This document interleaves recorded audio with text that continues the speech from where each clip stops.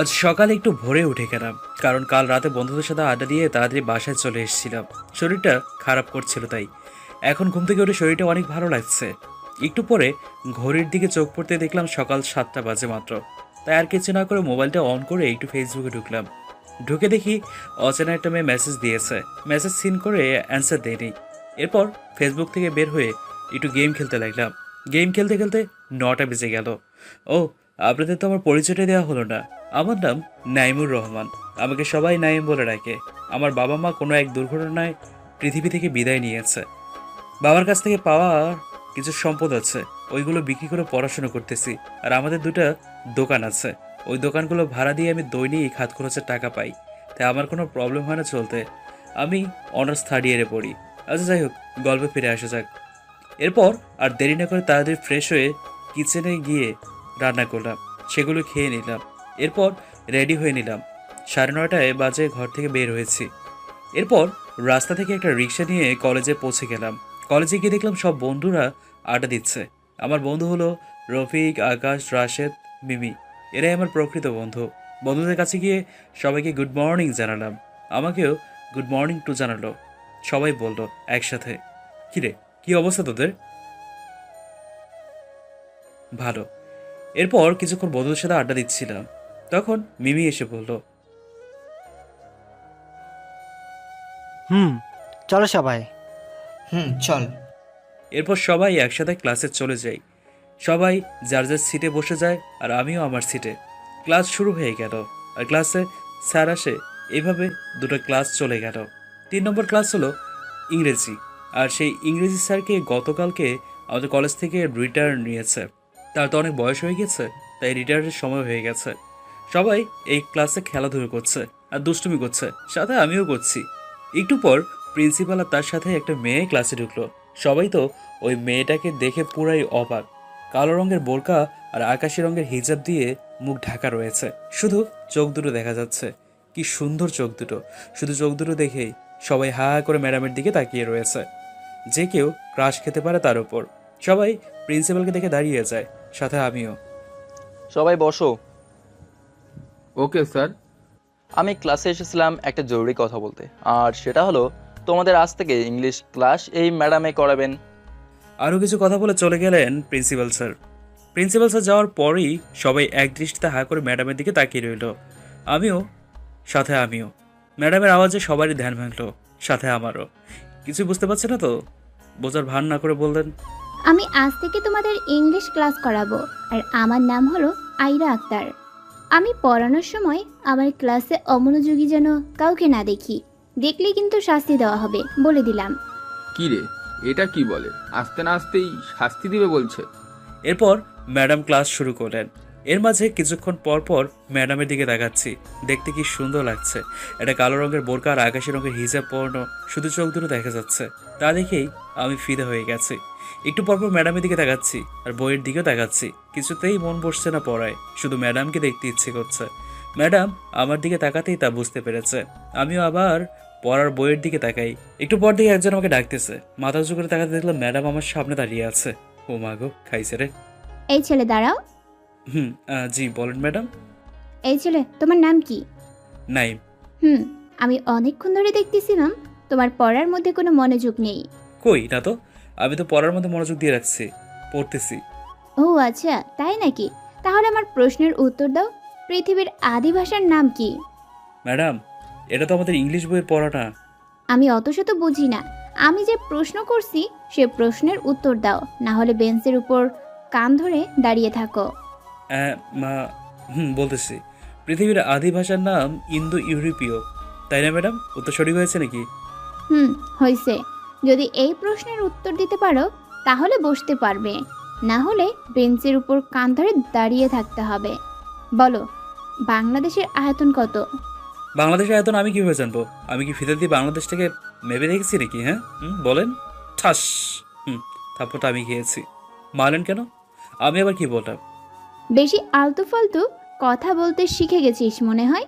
তোরে যে প্রশ্ন করছি সেই প্রশ্নের উত্তর দে, না হলে বেঞ্চের উপর কান ধরে দাঁড়িয়ে থাক। 1,47,570 বর্গ কিলোমিটার। এবার আমি বসি, আমাকে এবার ছেড়ে দেন প্লিজ। মনে মনে ম্যাডামের 14 গোষ্ঠীকে গালি দিতে লাগলাম, তার সাথে ম্যাডামকেও। এবার বস। বেশি আজে বাজে কথা বললে এইভাবে থাপ্পড় খাবি। খাইছে রে, আজকে আসতে না আসতে মারতে শুরু করে দিল। এরা কি ম্যাডাম নাকি কোনটি ম্যাডাম? চলো বচ্চত ম্যাডাম কোথাকার। আবারও ক্লাস শুরু করলো ম্যাডাম। কিছুক্ষণ পর ম্যাডামের ক্লাস শেষ হওয়াতেই ছুটি হয়ে গেল আর ম্যাডাম চলে গেলেন। আমি ক্লাস থেকে বের হবো, তখনই আকাশ বলল, চল সবাইকে আজকে আমি নাস্তা করাবো। ওরে, আজকে সূর্য কোন দিকে উঠলো দেখি তো একটু। তুই কখনো আমাদের নাস্তা করাস নাই, আর আজ আমাদের নাস্তা করাবি? চল সবাই। এই সুযোগ হাতছাড়া করা যায় না। আজকে আকাশের পকেট পুরো খালি করে দিমু সবাই মিলে। চল সবাই। এরপর একটা ভালো রেস্টুরেন্টে গিয়ে সব বন্ধুরা মিলে আজকে আকাশের পকেট পুরো খালি করে দিলাম। সবাই খাওয়া দাওয়া শেষ করে রেস্টুরেন্ট থেকে বাইর হয়ে যায়, যা যার বাসায় চলে গেল। আমিও বাসায় চলে আসলাম।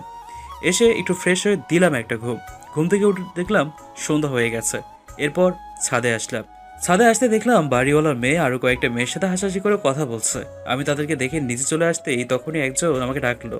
মেয়েলি কণ্ঠে পেছনে ফিরে তাকাতেই বাড়িওয়ালার মেয়েরা আমাকে ডাকছে। ওই হ্যালো, শুনছেন? একটু এদিকে আসেন। আমি আর কিছু না বলে তাদের সামনে গেলাম। আপনাদের ছাদে আসতেছিলেন, আমাদেরকে দেখে মনে হয় আপনি নিজেই চলে যেতে লাগলেন, তাই না? তখনই বাড়িওয়ালার মেয়ের সাথে আরেকটা মেয়ে আমাকে বলল, আরে না, আমি দেখছিলাম যে আপনারা কথা বলতেছেন, তাই ডিস্টার্ব না করে আমি আমার বাসায় চলে যেতে চাচ্ছিলাম, তাই আর কি। ঠিক আছে, পরে কথা হবে, এখন আমি গেলাম। এই ছেলে, কই যাবেন? আপনি আগে আমাদের সাথে একটু আড্ডা দিয়ে তারপর বাসায় যান, কোনো প্রবলেম নাই। না থাক, আমার মেয়েদের সাথে আড্ডা দিতে প্রবলেম হয়, ছেলে হলে দিতাম। কেন? আমরা কি আপনাকে কোনো ডিস্টার্ব করব?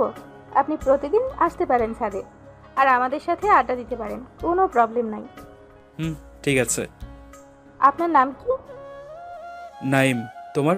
সরি, ভুল হয়ে গেছে, ভুলে তুমি বলে ফেললাম। আপনার নাম কি? ইটস ওকে, আমার নাম মিমি। আমাকে যখন তুমি করে বলছো, তাহলে আমাকে তুমি করেই বলতে হবে, না হলে কিন্তু। আচ্ছা ঠিক আছে, তুমি করে ডাকবো আপনাকে। একটা কথা জিজ্ঞাসা করব, কিছু মনে করবেন না, ঠিক আছে? বলেন। আপনার কোনো গার্লফ্রেন্ড আছে? না, কেন? তাহলে তো ভালো। মানে বুঝলাম না। না, কিছু না।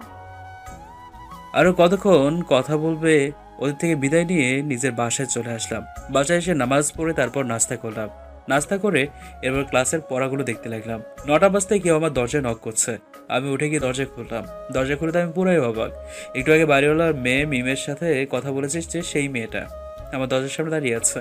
ও, আপনাদের তো বলাই হয়নি, মিমি এ ব্যাপারে দেখতে ধপধপে সাদা, চুলগুলো হালকা লাল রং করানো, চলাফেরা পুরাতন যুগের মতো যে কেউ করতে পারে। মিমিটাকে ভাবনার জগৎ থেকে ফিরে আসলাম। হাই নাইম। হ্যালো মিমি। কেমন আছেন? ভালো, তুমি? ভালো আছি তো। ভেতরে আসতে বলবেন না আমাকে? ভেতরে আসুন। মিমি রুমে ঢুকতে ঢুকতে বলতো, ওয়াও, আপনার রুমটা তো অনেক সুন্দর, আর রুমটা পরিপাটি গোছানো রয়েছে। কেউ ভেতরে না আসলে বলতেই পারবে না এটা এত সুন্দর করে সাজানো হয়েছে। থ্যাঙ্কস।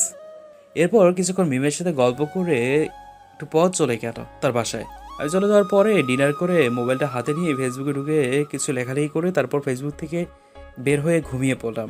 সকালে কারোটাকে আমার ঘুম ভাঙলো। কে যেন একজন দরজার ওপাশ থেকে ঠক ঠক ঠক করতেছে। আমি গামছা হাতে নিয়ে শরীরটা ঢেকে দরজা খুলতে গেলাম। আসলে রাতের বেলা ঘুমানোর আগে শার্টটা খুলে ঘুমিয়েছিলাম তো অতিরিক্ত গরমের কারণে। আমি দরজা খুলে দেখি সামনে মিমি দাঁড়িয়ে আছে, কলেজ ড্রেস গায়ে দিয়ে, কলেজ যাওয়ার জন্য রেডি হয়ে আছে। কিন্তু সে যে ড্রেস গায়ে দিয়ে আছে সেই ড্রেসটা তো আমাদের কলেজের। Good morning Naim. Good morning to. তো রাতে কিরকম ঘুম হয়েছে? ভালো হয়েছে। এখন আপনি তাড়াতাড়ি রেডি হয়ে আমার সাথে চলুন। আর আপনি একসাথে বাইরে ব্রেকফাস্ট করব। আমি চুপ হয়ে আছি। তো যাবেন না আমার সাথে? এখানে দাঁড়িয়ে আছেন। আবার জিগায় যাবো না, কে বলেছে? 2 মিনিট ওয়েট করো, আমি রেডি হয়ে আসতেছি। আমি আর তুমি একসাথে ব্রেকফাস্ট করব, তারপর দুজনে আবার কলেজে যাব, ঠিক আছে? ঠিক আছে। আমি আমার রুমে গিয়ে 10 মিনিট পর রেডি হয়ে তার সামনে আসলাম। ওয়াও, তোমাকে অনেক সুন্দর লাগতেছে। সাদা টি শার্ট এবং কালো প্যান্টে তোমাকে সেই মানাইছে। You are a cute boy. Thanks, কিন্তু পাম্পটা মনে হয় বেশি হয়ে গেছে, একটু কম করে দিও কেমন? যা সত্যি তাই বলেছি, এখানে পাম দেওয়ার কি আছে? বুঝতে পারছি। চলো এখন বাইরে যাব। চলো। বাসা থেকে বাইর হয়ে রাস্তায় আসলাম, তখনই একটা পুলিশের গাড়ি আমাদের দিকে এগিয়ে আসছে। গাড়ি থেকে 4জন পুলিশ নেমে আমার সামনে আসলো আর বলল, আমরা আপনাকে কোথায় যেন দেখেছি। আপনার আসল পরিচয় দেন তো প্লিজ, কিছু মনে করবেন না। আমার পকেট থেকে মানিব্যাগটা বের করে আমার মানিব্যাগের উপর যে লোগোটা লাগানো রয়েছে সেটাকে তাদেরকে দেখিয়ে দিলাম। দেখার সাথে সাথে পুলিশগুলো আমাকে স্যালুট জানালো। আরে আপনারা কি করছেন? আমি জাস্ট সাধারণ জনগণের মতো, তাই না? তখনই 4জন পুলিশ থেকে একজন পুলিশ বলে উঠল, কি যে বলেন না আপনিও, আপনি আমাদের পুলিশ কমিশনার অফিসারের বন্ধু। হয়তো সে আপনার থেকে বড় হবে, যেটাই হোক আপনি তো তার বন্ধু। আর স্যার আমাদেরকে বললেন আপনাকে যেখানে দেখি সেখানে যেন স্যারের মতো আপনাকেও সম্মান করি। আর আপনার এনার লোগোটা যে কাউকে দেখালেই থমকে যাবে, আপনার যে পাওয়ার। আরও কিছুক্ষণ কথা বলে পুলিশগুলো একটু পর বিদায় নিয়ে গাড়ি নিয়ে চলে গেল। মিমি আমার দিকে অবাক দৃষ্টিতে হা করে তাকিয়ে রয়েছে। আমি মিমিকে বললাম, এভাবে আমার দিকে তাকিয়েছো কেন? তোমার এই চিহ্নটা কিসের? আমার ব্যাপারে অনেক কিছুই জানতে পারবে আস্তে আস্তে। এখন চলো, ব্রেকফাস্ট করতে হবে। চলো। এরপর দুজনে একটা ভালো রেস্টুরেন্টে গিয়ে দুজনের জন্য খাবার অর্ডার করলাম। খাবার শেষ করার পর বিলটা মিমি দিয়ে দেয়। আমি বিলটা দেওয়ার আগেই এরপর দুজনে একসাথে একটা রিক্সা নিয়ে কলেজে চলে আসলাম। কলেজে ঢুকতে দেখলাম আমার বন্ধুরা আড্ডা দিচ্ছে। আমি তাদের সামনে গিয়ে ওদের সাথে মিমিকে পরিচয় করিয়ে দিলাম। মিমি, এগুলো হলো আমার বন্ধু। একজনের নাম রাশেদ, আকাশ, রফিক, জান্নাত। সবার সাথে পরিচয় করে দিলাম মিমিকে। এই মেয়েটা কে? আরে তুই বুঝিস না, এটা ওর নিউ কালেকশন। তুই ঠিক বলছিস তো? এই তোর একটু থামবি? মিমি হলো আমি যে বাসা থেকে সে বাসার বাড়িওয়ালার মেয়ে। মিমি এই কলেজে পড়ে, অনার্স সেকেন্ড ইয়ারে। বুঝতে পারছি। তখনই মিমি আমার কানের কাছে এসে আস্তে আস্তে বলল, নাইম, ওই দেখেছো আমার বান্ধবীরা অপেক্ষা করতেছে আমার জন্য। চলো তোমার সাথে ওদেরকে পরিচয় করিয়ে দিই। না থাক, আমি যাব না। পরে আরেকদিন তোমার বান্ধবীর সাথে পরিচয় হয়ে নেবো। এখন তুমি যাও, একটু পরে ক্লাস শুরু হয়ে যাবে। এরপর মিমি চলে গেল তার বন্ধুদের কাছে। আমি আর কিছুক্ষণ বন্ধুর সাথে আড্ডা দিয়ে সবাই মিলে একসাথে ক্লাসে চলে আসলাম। কিছুক্ষণ পর ক্লাস শুরু হয়ে গেল। দুটো ক্লাস শেষ হওয়ার পর 3 নম্বর ক্লাসটা ম্যাডামের। একটু পর ম্যাডাম চলে এলো। আজকে ম্যাডামের দিকে না তাকিয়ে শুধু পড়ায় মনোযোগ দিচ্ছি। একটু পর ম্যাডাম চলে গেলেন। তোমাদের ক্লাস শেষ হওয়ার একটু আগে দেখলাম যে বাইরে কি যেন হইতেছে। সবাই মিলে বাইরে এসে দেখি 30 থেকে 40 জন ছেলে দাঁড়িয়ে আছে কলেজের মাঠে। আর সব ছাত্রছাত্রীরা, টিচাররাও দাঁড়িয়ে রয়েছে। আমি প্রিন্সিপালের দিকে তাকিয়ে দেখলাম 30 থেকে 40 জন ছেলের মধ্যে একজন ছেলে এসে প্রিন্সিপালকে কি যেন বলছে রাগী লোক নিয়ে। মনে হয় ওদের লিডার হবে 30-40 জনের। আমি আর কিছু না ভেবে সোজা প্রিন্সিপালের কাছে চলে যাই। জিজ্ঞেস করলাম কি হচ্ছে এখানে। তখনই সে ছেলেটা বলে উঠল, কে তুই? এখানে কি করতে আসিস? এতজন ছেলের মধ্যে তোর একটু ভয় করে না? এখান থেকে ভাগ, না হলে কিন্তু ঠ্যাং ভেঙে ফেলবো তোর।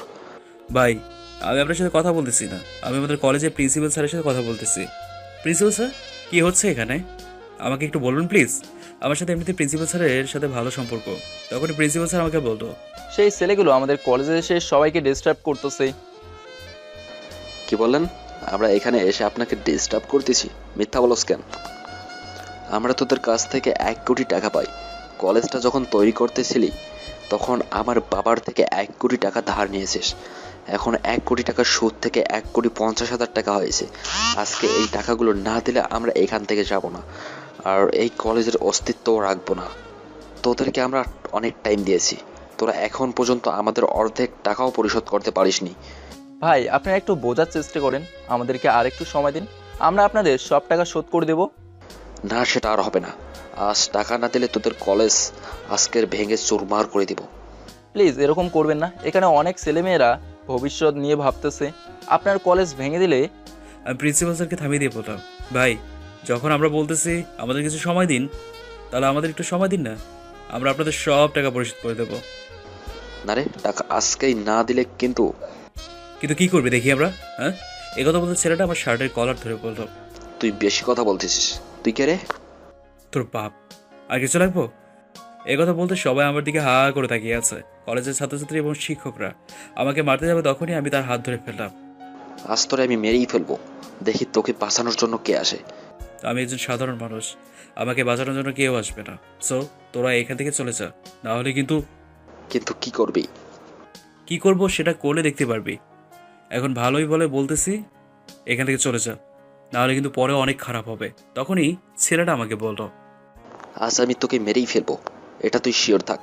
কিন্তু তোকে শেষবারের মতো একটা সুযোগ দিয়েছি। তোর শেষ ইচ্ছা কি মরে যাওয়ার আগে বলে যা আমাকে। কাট। তোর শেষ ইচ্ছা কি মরে যাওয়ার আগে বলে যা আমাকে, আমি তোকে সেটা পূরণ করে দেওয়ার চেষ্টা করব। হেসে হেসে বললো আমাকে, ঠিক আছে। শেষ ইচ্ছে হলো তুই আজকে আমার পা ধরে মাপ চাইবি, এটা আমার চ্যালেঞ্জ। কথাগুলো বলতে বলতে আমার পকেট থেকে ফোনটা বের করলাম। আমি ফোন করে আমার লোকদের খবর দিয়ে দিলাম তারা যেন আমার এই লোকেশনে চলে আসে। তখন ছেলেটা আমাকে মারতে যাবে, আমি দেখে বলি, আমার পরিচিতি যদি জানাই দিই তাহলে তুই দম আটকে এক্ষুনি মরে যাবি। তাই তোকে এখন জানাবো না, শুধু 5 মিনিট ওয়েট কর, এরপর সব জানতে পারবি। ঠিক আছে, দেখি তোর কি পাওয়ার। একটু পর 10 থেকে 15 গাড়ি লোক চলে আসলো কলেজের ভিতরে। গাড়ির ভিতরে কম করে হলেও 50 থেকে 60 জন লোক আছে। তাদের সবার হাতে বন্দুক আর 4টা হেলিকপ্টার পুরো কয়েকটাকে ঘিরে ফেলেছে। তখন হেলিকপ্টার থেকে একজন লোক নেমে আসে। নাইম ভাইয়া, আপনি শুধু অর্ডার করেন, যা করার আমি করব, আপনি শুধু দেখবেন। না থাক, আর কিছু দেখা লাগবে না। আশা করি সবাই বুঝে গেছে আমি কে। সবাই আমার দিকে হা করে তাকিয়ে আছে।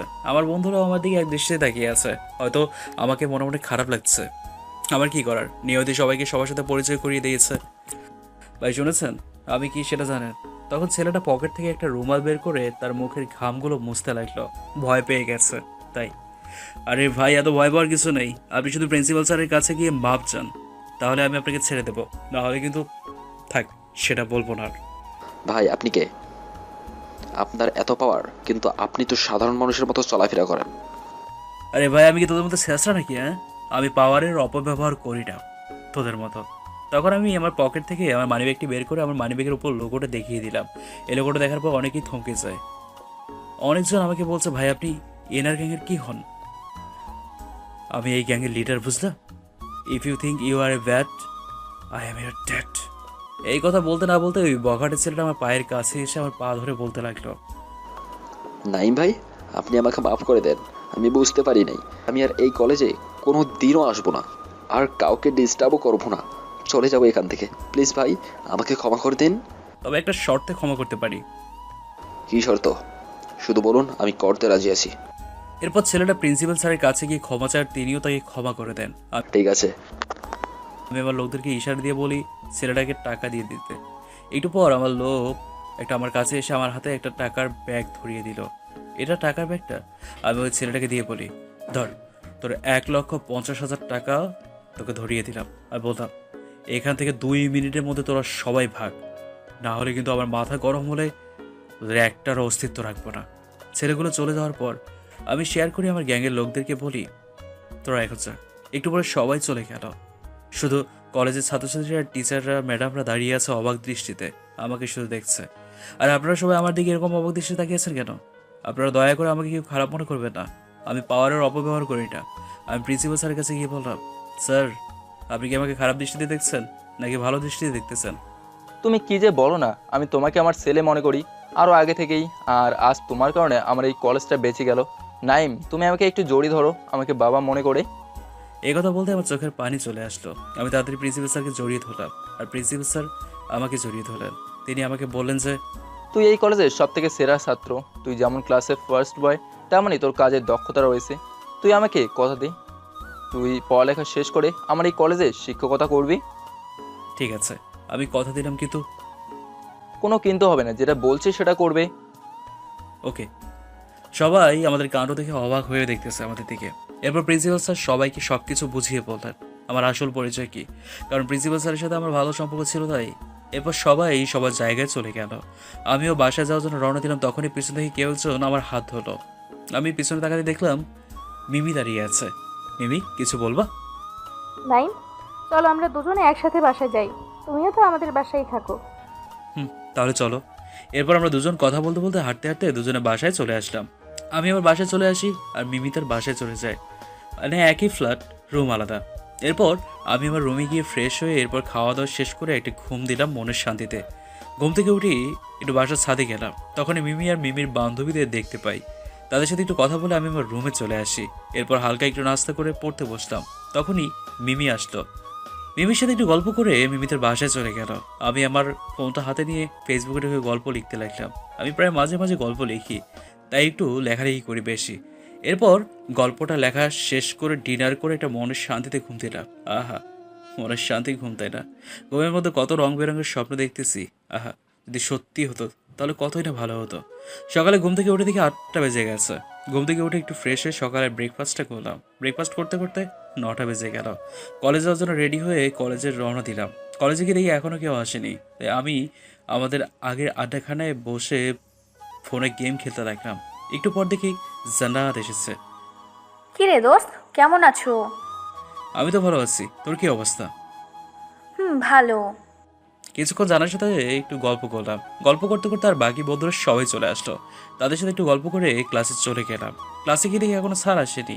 স্যার একটু পরে আসবে মনে হয়। তাই বন্ধুদের সাথে ক্লাসে বসে একটু গল্প করলাম। গল্প করতে করতে স্যার চলে আসলো। এরপর স্যারকে সবাই গুড মর্নিং জানাই। স্যারও আমাদেরকে গুড মর্নিং জানায়। এরপর স্যারের মতো করে ক্লাস করে চলে যায়। এরকম করতে করতে দুটো ক্লাস চলে গেল। এখন আয়রা ম্যাডামের ক্লাস। কিছুক্ষণ পর ম্যাডাম ক্লাস করার জন্য আমাদের ক্লাসে চলে আসলো। ম্যাডামকে আজকে দেখতে আরও সুন্দর লাগছে। তার প্রতি আবারও ক্রাশ খেয়েছি। কালো বোরকা গোলাপি হিজাব দিয়ে মুখটা ঢাকা রয়েছে, শুধু চোখ দুটো দেখা যাচ্ছে।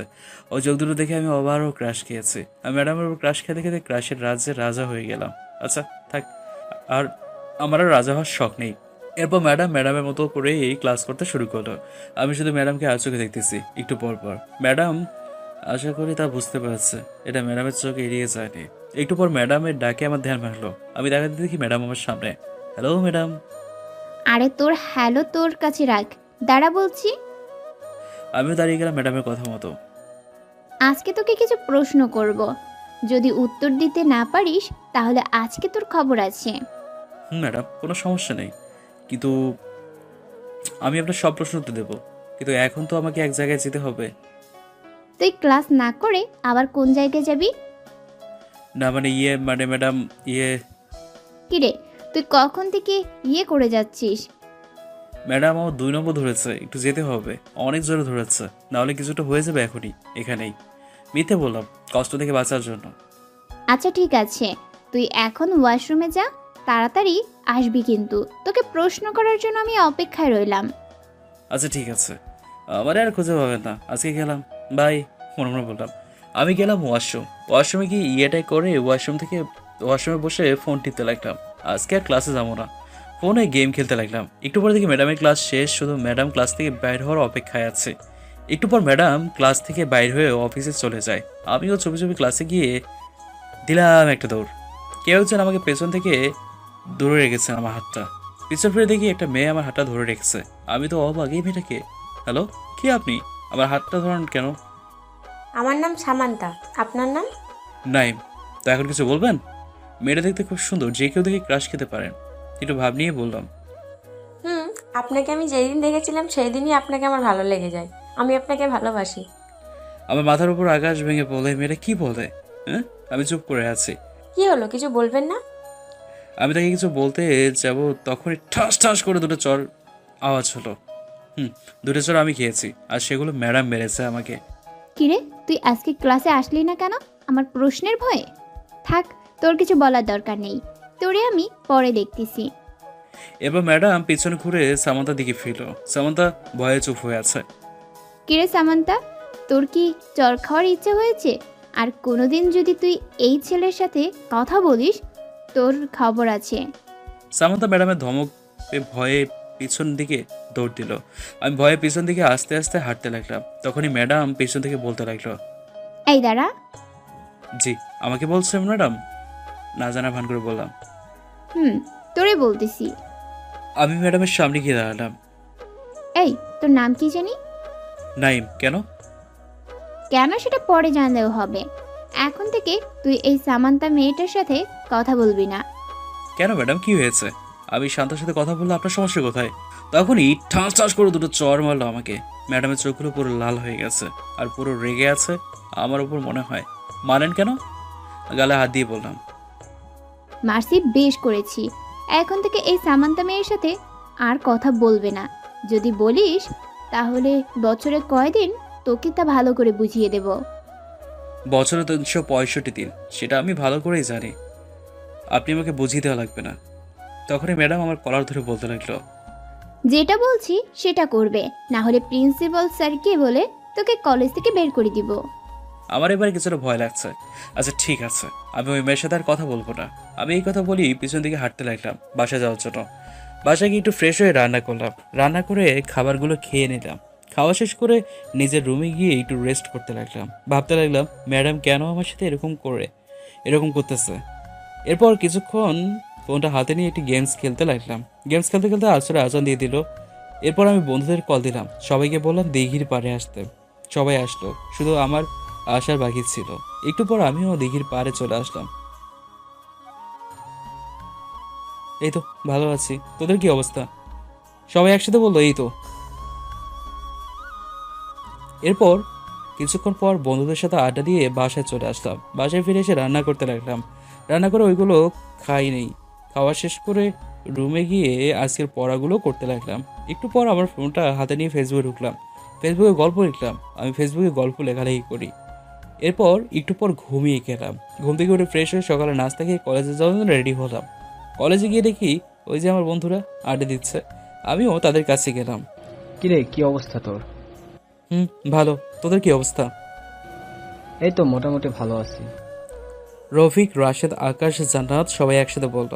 এরপর কিছুক্ষণ তাদের সাথে আড্ডা দিয়ে ক্লাসে চলে আসলাম। ক্লাসে আসার কিছুক্ষণ পর ক্লাস শুরু হয়ে গেল। প্রথম ক্লাস একজন স্যার নিয়েছে, এরপর ক্লাস অন্য একজন স্যার নিয়েছে। এরপর 3 নম্বর ক্লাস ম্যাডামের। কিছুক্ষণ পর 3 নম্বর ক্লাস শুরু হলো। তখন ম্যাডাম ক্লাসে আসলো, তার সাথে প্রিন্সিপাল স্যারও আসলো। আমি তো প্রিন্সিপাল স্যারকে দেখে ভয়ে কাঁপতেছি। কিন্তু ম্যাডাম আবার কিছু প্রিন্সিপাল স্যারকে বলে দেয়নি তো? বলে দিলে তো আমার প্রেস্টিজ পাংচার হয়ে যাবে। এরপর প্রিন্সিপাল স্যার আর সবাইকে উদ্দেশ্য করে বলতে লাগলো, আজকে তোমাদের সবাইকে একটা কথা বলার ছিল, তাই এখানে আসলাম। অনেক জরুরি কথা, সবাই মন দিয়ে শুনবে, ঠিক আছে? জি স্যার। কালকে তোমাদের কলেজে একটা অনুষ্ঠান আছে। এই অনুষ্ঠানে সবাই যার যার নিজের মন মতো পছন্দের কথাগুলো শেয়ার করতে পারবে, যেমন কবিতা, গল্প, গান, নিজের লাইফ স্টোরি ইত্যাদি। আরও বিভিন্ন কিছু শেয়ার করতে পারবে সবার সাথে। এই অনুষ্ঠানে ফার্স্ট, সেকেন্ড, থার্ডকে পুরস্কৃত করা হবে। যারা যারা এই অনুষ্ঠানে নিজের পছন্দের কথাগুলো শেয়ার করতে বাধ্য, তারা কলেজ ছুটি হওয়ার পর অফিসে চলে এসে নিজের নামটা খাতায় দিয়ে যাবে। ঠিক আছে স্যার, আমরা সবাই যোগ দেওয়ার চেষ্টা করব। এরপর আরও কিছুক্ষণ প্রিন্সিপাল স্যার কিছু কথা বলে ক্লাস থেকে চলে গেল। আমার ভয়টা দূর হয়েছে। ম্যাডাম কিছু প্রিন্সিপাল স্যারকে বলে দেয়নি। এরপর ম্যাডাম ক্লাস শুরু করে দিল। আমি শুধু ম্যাডামকে আর চোখে দেখতেছি আর পড়ায় মন দিচ্ছি। এটা হয়তো ম্যাডামের চোখে এড়ায়নি। ম্যাডাম তা বুঝতে পেরেছেন। আমার দিকে কয়েকবার রাগের লোক নিয়ে তাকিয়েছে। কিছুক্ষণ পর ম্যাডামের ক্লাস শেষ হয়, ম্যাডাম ক্লাস থেকে চলে গেল। এরপর যারা যারা অনুষ্ঠানে যোগ দিবে তারা সবাই একসাথে হয়ে অফিসে গেল। আমি যেতে যাচ্ছিলাম না, আমাকে বন্ধুরা সবাই মিলে জোর করে টানতে টানতে অফিসে নিয়ে যায়। সবার মতো আমিও খাতায় নাম দিই। আমি প্রিন্সিপাল স্যারকে বললাম আমাদের সবার লাস্টে স্টেজে ডাকার জন্য। ঠিক আছে, তুমি যা বলো তাই হবে। এরপর সবাই অফিস থেকে চলে এসে যার যার জায়গায় সবাই বসে আড্ডা দিতে লাগলাম। কিছুক্ষণ আড্ডা দেওয়ার পর দিয়ে বাসায় যাওয়ার জন্য রওনা দিতে লাগলাম। তখনই কেউ একজন আমাকে পেছন থেকে ডাকছে। আমি পেছনে ফিরে দেখি একটা মেয়ে আমার কাছে আসতেছে। হ্যালো ভাইয়া, আপনার নাম কি নাইম? কেন, কিছু বলবেন? না, কিছু বলার নেই। আপনাকে একটা চিঠি দিতে আসলাম। আমার বান্ধবী সামান্তা আপনার জন্য চিঠিটা পাঠিয়েছে আপনাকে দেওয়ার জন্য। এই যে নিন। আমি কিছু বলার আগে মেয়েটা দৌড়ে কোথায় যেন চলে গেল। আমি চিঠিটা খুলতে যাবো, তখনই কেউ একজন আমার কান ধরে টানছে। আমি দেখাতে দেখি পুরো অবাক, আমাদের আয়রা ম্যাডাম আমার সামনে দাঁড়িয়ে আছে। এই সে খাইছে রে। ম্যাডাম এখানে কেন? আস্তে আস্তে বললাম। কিরে, তোর হাতে ওটা কি? ওই কিছু না তো। এই কথা বলে আমার হাতটা পিছনে নিয়ে লুকিয়ে ফেললাম, কিন্তু শেষ রক্ষার হলো না। তোর হাতে কি আছে ওটা দিবি, নাকি এখন দুইটা দিব? চিঠিটা ম্যাডামের হাতে দিয়ে দিই। আমি নিজেও জানি না চিঠির মধ্যে কি লেখা আছে। ম্যাডাম চিঠিটা পড়তে লাগলেন আর তখনই আমার কলারটা ধরে টান বলতে লাগলাম, এই তুই জানোস চিঠির মধ্যে কি লেখা আছে? না কই, আমি তো কিছু জানি না। আহারে দোয়া তুলসী পাতা, কিছুই জানে না। তুই কলেজে আসিস কি মেয়েদের সাথে প্রেম করার জন্য? তুই জানিস এই চিঠির মধ্যে তোকে ভালোবাসে এই কথা বলছে। তো কি হয়েছে, আমাকে ভালোবাসতেই পারে, তাতে আপনার কি? আর আপনি আমার পেছনে এরকম রেগে আছেন কেন? হ্যাঁ, আমাকে ছাড়ুন বলছি, ছাড়ুন। এবং ম্যাডাম আমাকে ছেড়ে দিল। তুই জানিস এই চিঠিটা যদি আমি প্রিন্সিপালকে দেই তাহলে তোর কি অবস্থা হবে? না না, এটা করবেন না। প্রিন্সিপাল স্যার আমাকে অনেক ভালোবাসে। তিনি আমাকে তার ছেলের মতো দেখেন। এটা দেখলে তিনি হয়তো কষ্ট পাবে। থাক, আপনার এটা করার দরকার নেই। এখন আপনি কী চান? তুই এখন আমার সাথে চল। না, আমি যাব না। যাবে না মানে? তোর ঘাড় যাবে, চল বলছি। আমি যা বলবো তাই করবি, কিছু উল্টাপাল্টা করলে সোজা প্রিন্সিপালকে এই চিঠি দিয়ে দেব। না থাক, আপনাকে কষ্ট করে প্রিন্সিপাল স্যারের ভয় দেখানোর দরকার নেই। চলেন, কোথায় যাবেন? কোথায় যাব সেটা দেখলে বুঝতে পারবি। চল এখন আমার সাথে। ম্যাডাম আমার হাত ধরে ম্যাডামের গাড়ির সামনে নিয়ে গেলেন। আমাকে বলতে লাগলো যে, তুই কি গাড়ি চালাতে পারিস? কেন? তাহলে গাড়িতে ওঠ আর গাড়ি ড্রাইভ করতে থাক। শপিং মলে যাব, ভালো দেখে একটা শপিং মলে নিয়ে চল। কিন্তু কেন শপিং মলে যাব কেন? আমি এমনিতে শপিং মলে যাব, কালকে কলেজে অনুষ্ঠান আছে, তাই নতুন পোশাক কেনার জন্য। তোকে যেটা বলছি সেটা কর, বেশি কথা বললে কানের নিচে দিব একটা। কি মেয়ে রে বাবা, শুধু কথায় কথা ঝাড়ি মারে। ধুর, ভাল লাগে না। ম্যাডামটা কেন আমার পেছনে লেগে আছে সেটাই তো বুঝতে পারছি না।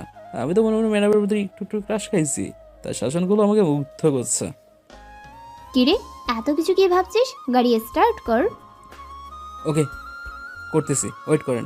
গাড়িতে উঠে আমি ড্রাইভারের সিটে বসলাম, আর আমার পাশের সিটে ম্যাডাম বসলো। গাড়িটা ড্রাইভ করতে করতে একটা বড় শপিং মলে চলে এসেছি। ম্যাডামকে বললাম, ম্যাডাম আপনার শপিং মলের ভিতরে যান, আমি গাড়িতে বসে আপনার জন্য অপেক্ষা করতেছি। কি বললি তুই? তুই গাড়িতে থাকবি নাকি? চল আমার সাথে শপিং মলে, নইলে কিন্তু। কিন্তু কি করবেন না চাইলে? কিন্তু কি করব সেটা দেখতে চাস? দাঁড়া, দেখাচ্ছি কি করি তাকে। না থাক ম্যাডাম, আপনাকে আর কষ্ট করে কিছু করা লাগবে না। তাহলে শপিং মলে আমি যাইতেছি। এই তো গুড বয়। এরপর ম্যাডামের সাথে শপিংয়ে ঢুকলাম। ম্যাডাম আমাকে বলতে লাগলো, তুমি এখান থেকে কিছু পছন্দ করে নাও। না থাক ম্যাডাম, আমার বাসায় অনেক কাপড় চোপড় আছে। যেটা বলছিস সেটা কর। আর হ্যাঁ, এখন যা কিনবি সেগুলো কালকে অনুষ্ঠানে পরে আসবি, না হলে কিন্তু তোর খবর আছে। এ মা, কথা কথা শুধু তুমি মারে। ধুর, ভাল লাগে না। আস্তে আস্তে বললাম। আর কিছু না বলে কিছু কাপড় চোপড় পছন্দ করে নিয়ে নিলাম। একটা কালো ব্লেজার আর একটা ব্লেজারের সাথে কালো প্যান্ট, একটা কলার ছাড়া সাদা গেঞ্জি কিনলাম, একজোড়া কালো শু কিনলাম। এরপর ম্যাডাম আমাকে বলো, আর কিছু কিনবি তুই? না থাক, যেগুলো কিনেছি সেগুলো দিয়ে সেরে যাবে কালকে। এরপর আমি ম্যাডামকে বললাম, ম্যাডাম ওই যে একটা কালো আর সাদা শাড়ি দেখতে পাচ্ছেন, ওটা যদি আপনি পরেন আপনাকে খুব সুন্দর লাগবে। এখন যদিও এটা আপনি নিতেন ভালো হতো। একটু মিষ্টি হাসি দিয়ে মায়াবী কণ্ঠেই বললাম, না, আমি শাড়ি পরে কলেজে আসতে পারবো না। কেন শাড়ি পরে কলেজে আসতে পারবেন না? আরও অনেক ম্যাডাম তো শাড়ি পরে কলেজে আসে, আপনি কেন আসবেন না? না, আমি শাড়ি পরে কলেজে আসবো না, আমি বোরখা আর হিজাব পরে আসবো। কি আর করার। এরপর ম্যাডামকে বললাম, ম্যাডাম তাহলে করুন, অন্য দোকানে চলেন যেখানে আপনি কাপড় চোপড় নেবেন। এরপর ম্যাডাম আমাকে নিয়ে আরেকটা দোকানে গেল, ওই শপিং মলে। আমি সেখানে গিয়ে মোটামুটি একটা কালো বোরকা আর একটা সাদা হিজাব পছন্দ করে দিলাম। এরপর ম্যাডাম ওইগুলো কিনে নিল। সব কিছু বিল ম্যাডাম নিজে দিয়ে দিল। ম্যাডাম এগুলো কালকে পরে আসবেন, ঠিক আছে? দেখা যাক পরে আসতে পারি কিনা। আপনি যদি এগুলো পরে না আসেন তাহলে আমিও এগুলো পরে আসবো না। এখন আপনি আমার দেওয়া পছন্দেরগুলো পরে আসেন, তাহলে আমিও আজকের কেনা পোশাকগুলো পরে আসবো। এরপর দুজনে কথা বলতে বলতে শপিং শেষ করে শপিং মল থেকে বাইরে বের হই। আজকে খুব ভালো লাগছে, আমার সাথে চলাফেরা, কথায় কথায় জারে দিল। কেমন যেন দুর্বল হয়ে যাচ্ছি তার প্রতি। এরপর আমি আর ম্যাডাম গাড়িতে উঠে আমি গাড়ি ড্রাইভ করতে লাগলাম। একটু পর 3 রাস্তার মোড়ে দাঁড়িয়ে গেলাম। ট্রাফিক সিগন্যালে আমরা যে রাস্তায় আছি সেই রাস্তার গাড়িগুলো স্টপে আছে। কি আর করার, আমরাও গাড়ির মধ্যে বসে দুজনে কথা বলতে লাগলাম। আমি বলতে চাচ্ছিলাম না, তবে ম্যাডাম জোর করে শুধু প্রশ্ন করে আমাকে। আমি আর উত্তর না দিয়ে থাকতে পারলাম না, শুধু বকবক করতে থাকি, শুধু বকবক করে। বিরক্ত লাগলেও কেমন যেন তার প্রতি দুর্বল হয়ে যাচ্ছে। ম্যাডামের সাথে কথা বলতে বলতে সামনে তাকাতে দেখি একটা মহিলা, তার কোলে একটি ছোট শিশু রয়েছে।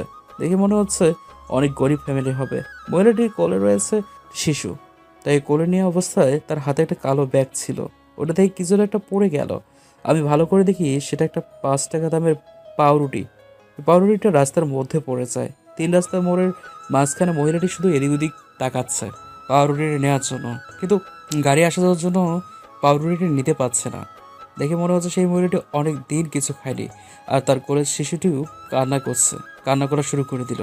মহিলাটি অনেক কষ্ট করতেছে পাওয়ার জন্য, এটা নেওয়ার জন্য, কিন্তু কিছুতেই পাচ্ছে না গাড়ি আসা যাওয়ার জন্য। আমি আর কিছু না ভেবে আশেপাশে শুধু দেখতে লাগলাম। আমার ডান পাশে তাকাতে দেখি একটা পুলিশের বাইক, তার মধ্যে 2জন পুলিশ রয়েছে। আমি পুলিশকে বললাম, হ্যালো, শুনছেন আমার কথা? বলেন, কোনো সমস্যা হচ্ছে? না, কোনো সমস্যা হইতেছে না। আপনার কাছে যে শর্ট গানটা রয়েছে ওটা আমাকে দেন তো। কথা বলতে পুলিশগুলো আমার দিকে অবাক দৃষ্টিতে তাকিয়ে রইল। হোয়াট, কি বলছেন আপনি? আমি আর কিছু না বলে আমার পকেট থেকে মানিব্যাগটা বের করে মানিব্যাগের উপরের লোগোটা তাকে দেখিয়ে দিলাম। এবার বললাম যে, এবার কি আপনি আমাকে চিনতে পেরেছেন? আমি কে? আপনি এই লোগোটা কই পেয়েছেন? এই লোগোটা হলো আমাদের গ্যাংয়ের লোগো, আর আমি সেই গ্যাংয়ের লিডার। আমি আর পুলিশ কি বলছি কথাগুলো কিছুই বুঝতে পারছে না। মনে হয় ম্যাডাম আমার দিকে অবাক দৃষ্টিতে তাকিয়ে রয়েছে। এই কথা বলতে পুলিশ দুজন বাইক থেকে নেমে আমার সামনে আসলো, বলতে লাগলো, আসলে আমরা আপনাকে চিনতে পারি নাই, দয়া করে কিছু মনে করবেন না প্লিজ। ঠিক আছে, এখন আপনার শর্ট গানটা আমাকে দিন। এবার পুলিশটা তার গানটা আমাকে দিল। আমি তা নিয়ে গাড়ির ভিতরে নিলাম।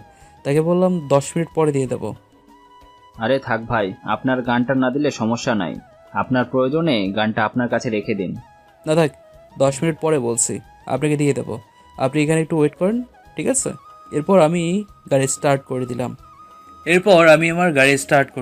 আমার গাড়ি স্টার্ট করা দেখে পুলিশগুলো একটু অবাক হলো, কারণ ট্রাফিক সিগন্যাল অবস্থায় আমি গাড়ি স্টার্ট করে দিলাম।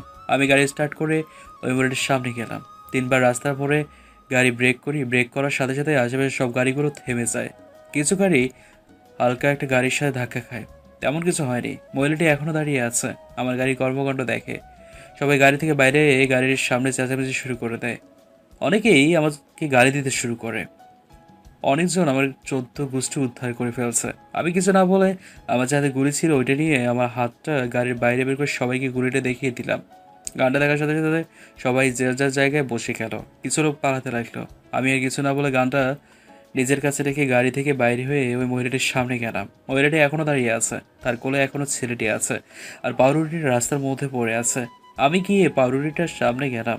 আমার যাওয়া দেখে ওই মহিলাটি আমার সামনে আসলো আর আমার সামনে বসলো। আমি পাউরুটিটা হাতে নিয়ে পরিষ্কার করতে লাগলাম, আর ওই মহিলাটিকে বলতে লাগলাম, আপনি কি জানেন আপনার পাউরুটিটা আমাকে অতীতের কিছু কথা মনে করিয়ে দিয়েছে, যেগুলো আমি এখন বলতে যাচ্ছি। আমি 8 দিন কাজ করে একটা পাউরুটি কিনতে পারতাম। খালি পেটে আপনি পাউরুটিটা রাস্তার মধ্যে পড়ে যাওয়া ওই পাউরুটিটা নেওয়ার জন্য কত কষ্ট করতেছেন সেটা আমি বুঝতে পারছি। আপনার এই পাউরুটিটা অনেক কষ্টে পেয়েছেন, ওইটা দেখে বোঝা যাচ্ছে। কিন্তু কি জানেন, এ দুনিয়ায় কারোর জন্য দাঁড়িয়ে থাকে না। দুনিয়ার সাথে আপনাকেও দৌড় দিতে হবে দুনিয়াকে ধরার জন্য। যেদিন দুনিয়াকে ধরতে পারবেন সেদিন আপনি সাফল্য অর্জন করতে পারবেন, সেদিন আপনার কষ্ট দূর হবে। কারণ দুনিয়া কারোর জন্য দাঁড়িয়ে থাকে না, দাঁড়িয়ে থাকে মানুষ, আর সেটার কারণে মানুষ এখন এত কষ্ট করতেছে। আমি পাউরুটিটা পরিষ্কার করে মহিলাটার দিকে হাত বাড়িয়ে দিলাম। মহিলাটি একবার পাউরুটিটার দিকে তাকায়, আরেকবার আশেপাশের মানুষজনের তাকায়, কারণ আশেপাশের মানুষ অনেক জমে গেছে। আমাদের কর্মকাণ্ড দেখে অবাক হচ্ছে। আমি আবার মহিলাটিকে বলতে লাগলাম, আশেপাশের মানুষের দিকে তাকাই কোনো লাভ নেই, কারণ আপনার মতো সৎ মানুষ এখনও আশেপাশে কম আছে। আশেপাশের মানুষদের দিকে না তাকিয়ে থেকে নিজেই সাফল্যের দিকে হাঁটতে থাকেন, তাহলে সেটাই যে লাভ হবে। মানুষকে ভয় পাওয়ার কোনো দরকার নেই, কারণ এই বাংলাদেশের ডন আমি, এনার কেউ আপনার প্রতি আঙ্গুল তোলার সাহস পাবে না। এরপর মহিলাটি আমার কাছ থেকে পাউরুটি টেনে নিল। পাউরুটিটা নেওয়ার পর দেখলাম যে মহিলাটি অনেক খুশি, কারণ তার পাউরুটিটা তার কাছে ফিরে এসছে। এরপর আমি দাঁড়িয়ে গেলাম, আমার সাথে আছে মহিলাটি দাঁড়িয়ে গেল। এরপর আমি আমার পকেট থেকে 5,000 টাকা বের করে মহিলাটিকে দিলাম। মহিলাটি খুশি হয়ে বলতে লাগলো, আপনাদের মতো মানুষ যদি আমাদের বাংলাদেশের গরিব মানুষদেরকে একটু সাহায্য করতো, তাহলে আমাদের এই দেশে আর গরিব থাকতো না। চোখ দিয়ে পানি পড়তে বলতে লাগলো, আপনার কথা সত্যি, কিন্তু আমার দেশে তো এরকম মানুষ খুবই কম রয়েছে। কি আর করা, মানুষের মতো মানুষ হতে বলতে কিছু নাই, শুধু নিজের স্বার্থটাই চিনতে পারে, অন্য কিছুটা চিনতে পারে না। তারাও তো আর পাবে না। আজ আমাদের দেশে ঘুরে আসে বলেই তো আমাদেরকে সবাই ধনী বলে, আমাদেরকে মানুষ সম্মান করে। গরিব আছে বলে তো ধনীর এত সম্মান। ঠিক বলছেন। ঠিক আছে, এখন তাহলে আমি গেলাম, বাই। এরপর মহিলাটাকে বিদায় জানিয়ে চলে আসলাম গাড়িতে বসে গাড়িটা পিছনে নিয়ে গেলাম আবার আগের জায়গায়। আবার আগের মতো চলতে লাগলো গাড়িগুলো ট্রাফিক সিগন্যালে। আমার দিকে ম্যাডাম অবাক দৃষ্টি তাকিয়ে আছে। আমি ম্যাডামকে বললাম, ম্যাডাম এভাবে তাকিয়ে থাকবেন না, নাহলে প্রেমে পড়ে যাবেন। ম্যাডাম এই কথা শুনে কিছুটা লজ্জা পেয়ে গেল। তার চোখ দুটো দেখে বোঝা যাচ্ছে, মুখটা তো দেখতে পাচ্ছি না, চোখ দুটো দিয়ে সব কিছুই বোঝা যায়। প্রেমে তো অলরেডি পড়ে গেছি তোমার প্রতি। কি বললেন? কই কিছু না তো। এবার কিছু না বলে আমার হাতে গুলিটা পুলিশটিকে দিয়ে দিলাম। পুলিশটি গুলিটা নিয়ে গেল। তারপর আবারও গাড়ি স্টার্ট করে বাসায় চলে আসলাম। বাসায় চলে এসে গাড়ি থেকে বাইরে বাসায় যেতে লাগলাম। আমি আমার শপিং করার জিনিসগুলো নিয়ে বাসায় ঢুকতে যাব, তখনই ম্যাডাম আমাকে আবার ডাক দিল। আমি পিছন ফিরে তাকাতেই বলতো, নাইস টু মিট ইউ। তোমার সাথে কথা বলে আমার অনেক ভালো লাগলো। কালকে দেখা হবে কলেজে। ঠিক আছে ম্যাডাম। এরপর আমি বাসায় চলে আসলাম। ম্যাডামের বাসায় চলে যাব, বাসায় চলে এসেছি। খাওয়া দাওয়া করে শান্তিতে ঘুমটা দিয়ে দিই। সকালে তাড়াতাড়ি উঠে কলেজ যাওয়ার জন্য ফ্রেশ হয়ে কালকে শপিং করার জিনিসগুলো পড়তে লাগলাম। সবগুলো পরে কলেজ যাওয়ার জন্য রওনা দিলাম। অবশেষে কলেজে চলে আসলাম। কলেজে ঢোকার পর তখনই দেখলাম সবাই আমার দিকে হা করে তাকিয়ে আছে। মনে মনে বলতে লাগলাম, হিমা কি হয়েছে আবার আমার? সবাই আমার দিকে ভূত দেখার মতো তাকিয়ে আছে কেন? তখন পেছন থেকে আকাশ ডাক দিল আমাকে। তার সাথে রফিক, রাশেদ, জান্নাত এরাও ছিল। আমি তাদের কাছে গিয়ে বলি, কিরে আজকে সবাই আমাদেরকে এভাবে অবাক দৃষ্টি তাকিয়েছিস কেন? হ্যাঁ? তখন রাশেদ বলে, কি মামা, তুই তো টাস্কি লাগাই দিছিস সবাই রে, তোকে তো আজকে সেই লাগতেছে। আর বলিস না, আমার গায়ে যে পোশাকগুলো দেখছিস এগুলো আমাদের এই কলেজের আয়রা ম্যাডাম দিয়ে কিনে দিয়েছে জোর করে। মামা তুই তাহলে টেম্পো চালাতে আসিস? নাইম, তোর কয়টা লাগে বল তো ম্যাডামের সাথে করতেছ? আমাদের মামাই কলেজের ক্রাশ, এ কথাটা আকাশ বলল। আর আজকে তো তোরা সেই লাগতেছে এটাও বললো। বন্ধুরা সবাই একসাথে বললো। আমি তখন বললাম, এরে তোরা একটু থামবি, এত পাম আর আসছেন তোরা? হ্যাঁ, আজকে কি সবাই পামের মেশিন নিয়ে বসছিস নাকি? আর আমার এখানে পাম দিতে চাস? হ্যাঁ, তোরা তো আজকে অনেক হ্যান্ডসামভাবে সাজিয়েছে। আজকে কলেজে অনুষ্ঠান আছে, তাই একটু নতুন পোশাক পরে আসলাম আর কি। হ্যাঁ, হালকা রেগে গিয়ে বললাম। তাদের সাথে একটু কথা বলায় তারা সবাই ক্যান্টিনে চলে যাবে বলছে। আমি তাদের সাথে ক্যান্টিনে যাব, কিন্তু শেষ রক্ষা হলো না। পেছন থেকে সামান্থা ডাক দিল। আমি আমার বন্ধুদেরকে বললাম, তোরা ক্যান্টিনে যা, আমি একটু পর আসতেছি। এরপর চুলগুলো ক্যান্টিনে চলে গেল। আমি সামান্থার কাছে গেলাম। বলো কি হয়েছে, ডাকছো কেন? তোমাকে না আজ অনেক কিউট লাগতেছে। ধন্যবাদ। আর কিছু বলার আছে? আরে রাগ করছো কেন? চলো একটু বসে কথা বলি। না থাক, যা বলো আর এখানে বলো। বন্ধুরা ওয়েট করতেছে ক্যান্টিনে। কথাগুলো বলতে লাগলাম। বলতে বলতেই কোত্থেকে যেন ম্যাডাম আমাদের সামনে এসে হাজির হলো। আজকে ম্যাডাম সেই লাগতেছে। কালকে যে পোশাকগুলো কিনে দিয়েছিলাম ওইগুলো পরে আসছে। কালো বোরকার সাদা জিজের দিয়ে মুখ ঢাকা আছে, শুধু চোখগুলো দেখা যাচ্ছে। ম্যাডামকে দেখে হা করে তাকিয়ে আছি। তখন ম্যাডাম বলতে লাগলো, কিরে নাইম, তুই আজকে সামান্তার সাথে কথা বলতেছিস? তোকে আমি কালকে মানা করছিলাম না? আরে আমি কথা বলতে চাইনি, সামান্তা আমাকে ডাক দিয়েছে কথা বলার জন্য। হইছে, অজুহাত দেওয়া লাগবো না, তোরে পরে দেখতেছি আমি। এরপর সামান্তাকে বলতে লাগলো, ম্যাডাম এই সামান্তা, তোকে যদি আর নাইমের সাথে দেখি তাহলে তোর খবর আছে। কলেজে কি আসিস প্রেম করার জন্য নাকি পড়ালেখা করার জন্য? আর যদি তোকে ওর সাথে দেখি তাহলে তোর নামে প্রিন্সিপাল স্যারের কাছে বিচার দেব। কিছুক্ষণ পর সামান্তা চলে গেল। সামান্তার চোখে স্পষ্ট পানি দেখতে পেলাম। কান্না করতে করতে চলে গেল। এরপর ম্যাডাম আমাকে আমার কলার ধরে একটা গাছের আড়ালে নিয়ে গেল। গাছের আড়ালে নিয়ে গিয়ে একটা গাছের সাথে ধাক্কা মেরে দিল। আমি গাছের সাথে ধাক্কা খেয়ে চোখ বন্ধ করে ফেললাম। তখনই ম্যাডাম আমার ডান গালে একটা চুমু এঁকে দিল। আমি চোখ খুলে ম্যাডামকে সামনে দেখতে পেলাম। ম্যাডামের চোখে অনেক খুশি দেখতেছি। ম্যাডাম আপনি এটা কী করলেন? হ্যাঁ, একটু রাগে দৃষ্টিতে বললাম। ম্যাডাম কি হয়েছে, কিছু বলছে না কেন? আমার প্রশ্ন উত্তর দিন। ম্যাডাম আবার কলার ধরে বলতে লাগলো, ওই তোকে না মানা করছি তুই সামান্তার সাথে কথা বলবি না, তারপরেও তুই কেন ওর সাথে কথা বলতে চাইছিস? আমি যদি সামান্তার সাথে কথা বলি তো আপনার কি? তোমার কি ওই দিনের চিঠিটার কথা মনে আছে? ওইটা সোজা প্রিন্সিপালের কাছে দিয়ে দেব, তখন দেখবে আমি কে। আচ্ছা, আমি বুঝলাম না আপনি কেন আমাকে এরকম ব্ল্যাকমেল করতেছেন। আমি কি আপনার কোনো পাকা ধানে মই দিয়ে দিচ্ছি? সেটা তুমি বুঝবে না, আমি যেটা বলছি সেটা করবে। তুমি সামান্তা মেয়েটার সাথে আর কথা বলবে না। কি মেয়ে রে বাবা, কোনো সময় তুই কোনো সময় তুমি করে ডাকি, কিছুই বুঝি না। মনে মনে বললাম, ঠিক আছে আপনি এখন যান, আমার এখানে একটু কাজ আছে। তোমার কি কাজ আছে সেটা আমি ভালো করেই জানি। তুমি আমাকে তাড়িয়ে দিতে চাচ্ছ? আমার সাথে এখন কলেজের ভিতরে চলো, সেখানে অনুষ্ঠান হইতেছে। আর তুমি তো অনুষ্ঠানের নাম দিয়েছো তাই না? দিয়েছি তো। না, কিছু হয় নাই তো। অনুষ্ঠানে কিসের জন্য নাম দিয়েছো? কি পাঠ করবে তুমি? সেটা অনুষ্ঠানে গেলে জানতে পারবেন। কি পাঠ করে শোনাবো? ম্যাডাম আপনার একটা কথা বলবো, কিছু মনে করবেন না তো? বলো কি বলবে? ম্যাডাম আমার এখানে আজকে অনেক সুন্দর লাগতেছে। আমার পোশাকের সাথে আপনার পোশাকের মিল আছে, সুন্দর লাগতেছে আপনাকে। এটা পাম হলাম আর কি। এই কথা শোনার পর ম্যাডাম একটু লজ্জা পেয়ে গেল, আবার আমাকে বলতে শুরু করলো, হইছে, আর পাম দিতে হবে না। আসলে তোমাকে আজকে অনেক সুন্দর লাগতেছে।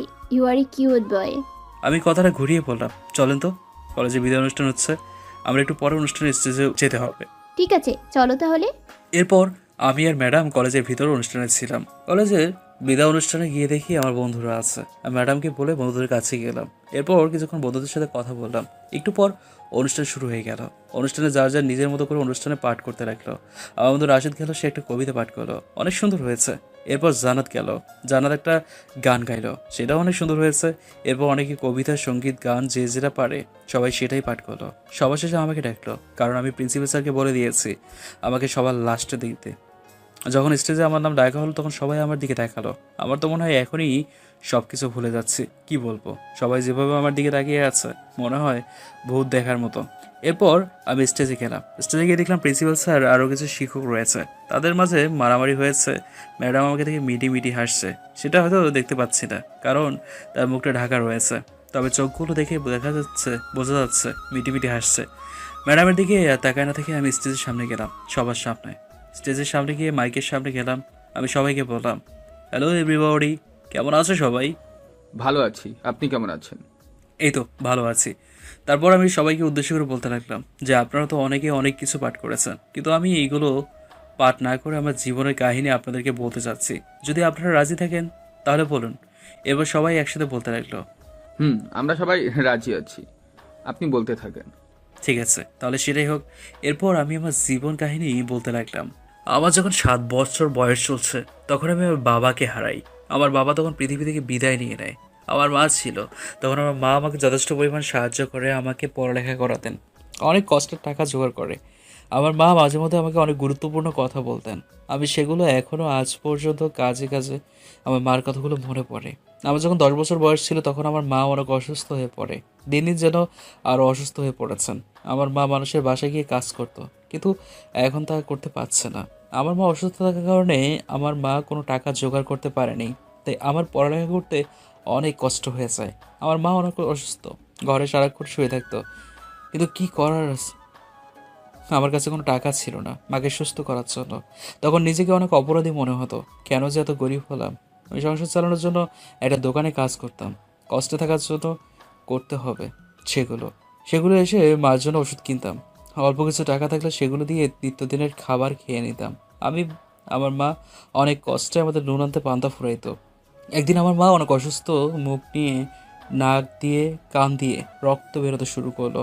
এটা দেখে আমার শরীর ঠান্ডা হয়ে গেল। আমি কি করব কিছুই বুঝতে পারলাম না।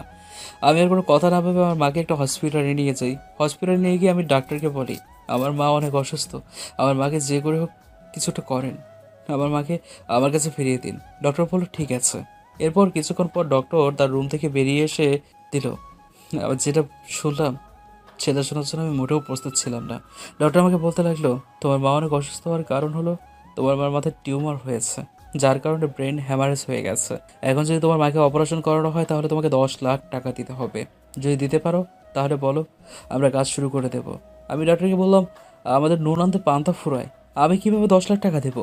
আমি যদি এইভাবে 10 বছরও কাজ করি তারপরেও 10 লাখ টাকা আনতে আমাদের অনেক দিন লেগে যাবে। আর কিছু টাকা কামান, তাহলে দেখি কি করা যায়। তখন ডক্টর আমাকে বলতে লাগলো ঠিক আছে, তোমার যখন এতই কষ্ট হয় তাহলে তোমার জন্য 1 লাখ টাকা ডিসকাউন্ট আছে। যদি 9 লাখ টাকা দিতে পারো তাহলে বলো, আমরা কাজ শুরু করে দেবো। নাহলে থাক, তুমি তোমার মাকে নিয়ে যাও। আমি ডাক্তারকে বলতে লাগলাম 9 লাখ টাকা কীভাবে দেবো? তারপরেও একটু দেখেন কি করা যায়। বাড়িতে আসতেছি এই বলে বাইরের দিকে দৌড়ে দিলাম। আমার মাকে বাঁচানোর জন্য টাকা দরকার, সেগুলো জোগাড় করতে গেলাম। আমি 2 ঘন্টা পর হসপিটালে ফিরে আসি 2 লাখ টাকা হাতে নিয়ে। অনেক কষ্টে 2 লাখ টাকা জোগাড় করতে পেরেছি, কিন্তু কি করার। আমি ডক্টরকে এসে বলি ডক্টরবাবু আপনি আমার মাকে বাঁচিয়ে তুলুন, আমার কাছে এখন 2 লাখ টাকা আছে। ডক্টর আমাকে বলতে লাগলো সরি, আমরা সেটা করতে পারবো না। যদি 9 লাখ টাকা দিতে পারো তাহলে বলো, তোমার মার অপারেশন আমরা শুরু করতে পারি। আর যদি না পারো তাহলে তুমি তোমার মাকে তোমার ঘরে নিয়ে যাও, আমরা কিছুই করতে পারবো না। তিনি অন্ততপক্ষে 4 থেকে 5 ঘন্টা বাঁচবে, তারপরেই আর এই পৃথিবীতে থাকতে পারবে না।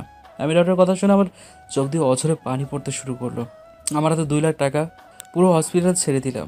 বলতে লাগলাম যে যেটা করেছি সেটা যদি উদ্দেশ্য না পূরণ হয় তাহলে টাকা দিয়ে আমি কী করবো? দিলাম তো গোলাতে আর দিয়ে ছুঁড়ে মারি ডক্টরের মুখের উপর। মনে মনে বলতে লাগলাম যদি এই দুনিয়াতে সব কিছু টাকা দিয়ে হয় তাহলে মানুষের মাঝে মনুষ্যত্বটা কোথায় গিয়ে দাঁড়ালো? হায় রে মানুষ, আবার আর কি করার। আমি আমার মাকে আমার বাসায় নিয়ে আসি অনেক কষ্টে। আমার চোখ দিয়ে অনবরত পানি পড়তে লাগলো। আমার মা আমাকে বলতে লাগলো যে বাবা শোনো, তুমি আমার জন্য যা করেছো আমি তাতেই খুশি। আমি হয়তো অল্প কিছুক্ষণ বাঁচতে পারবো, তারপর আমি আর বাঁচতে পারবো না।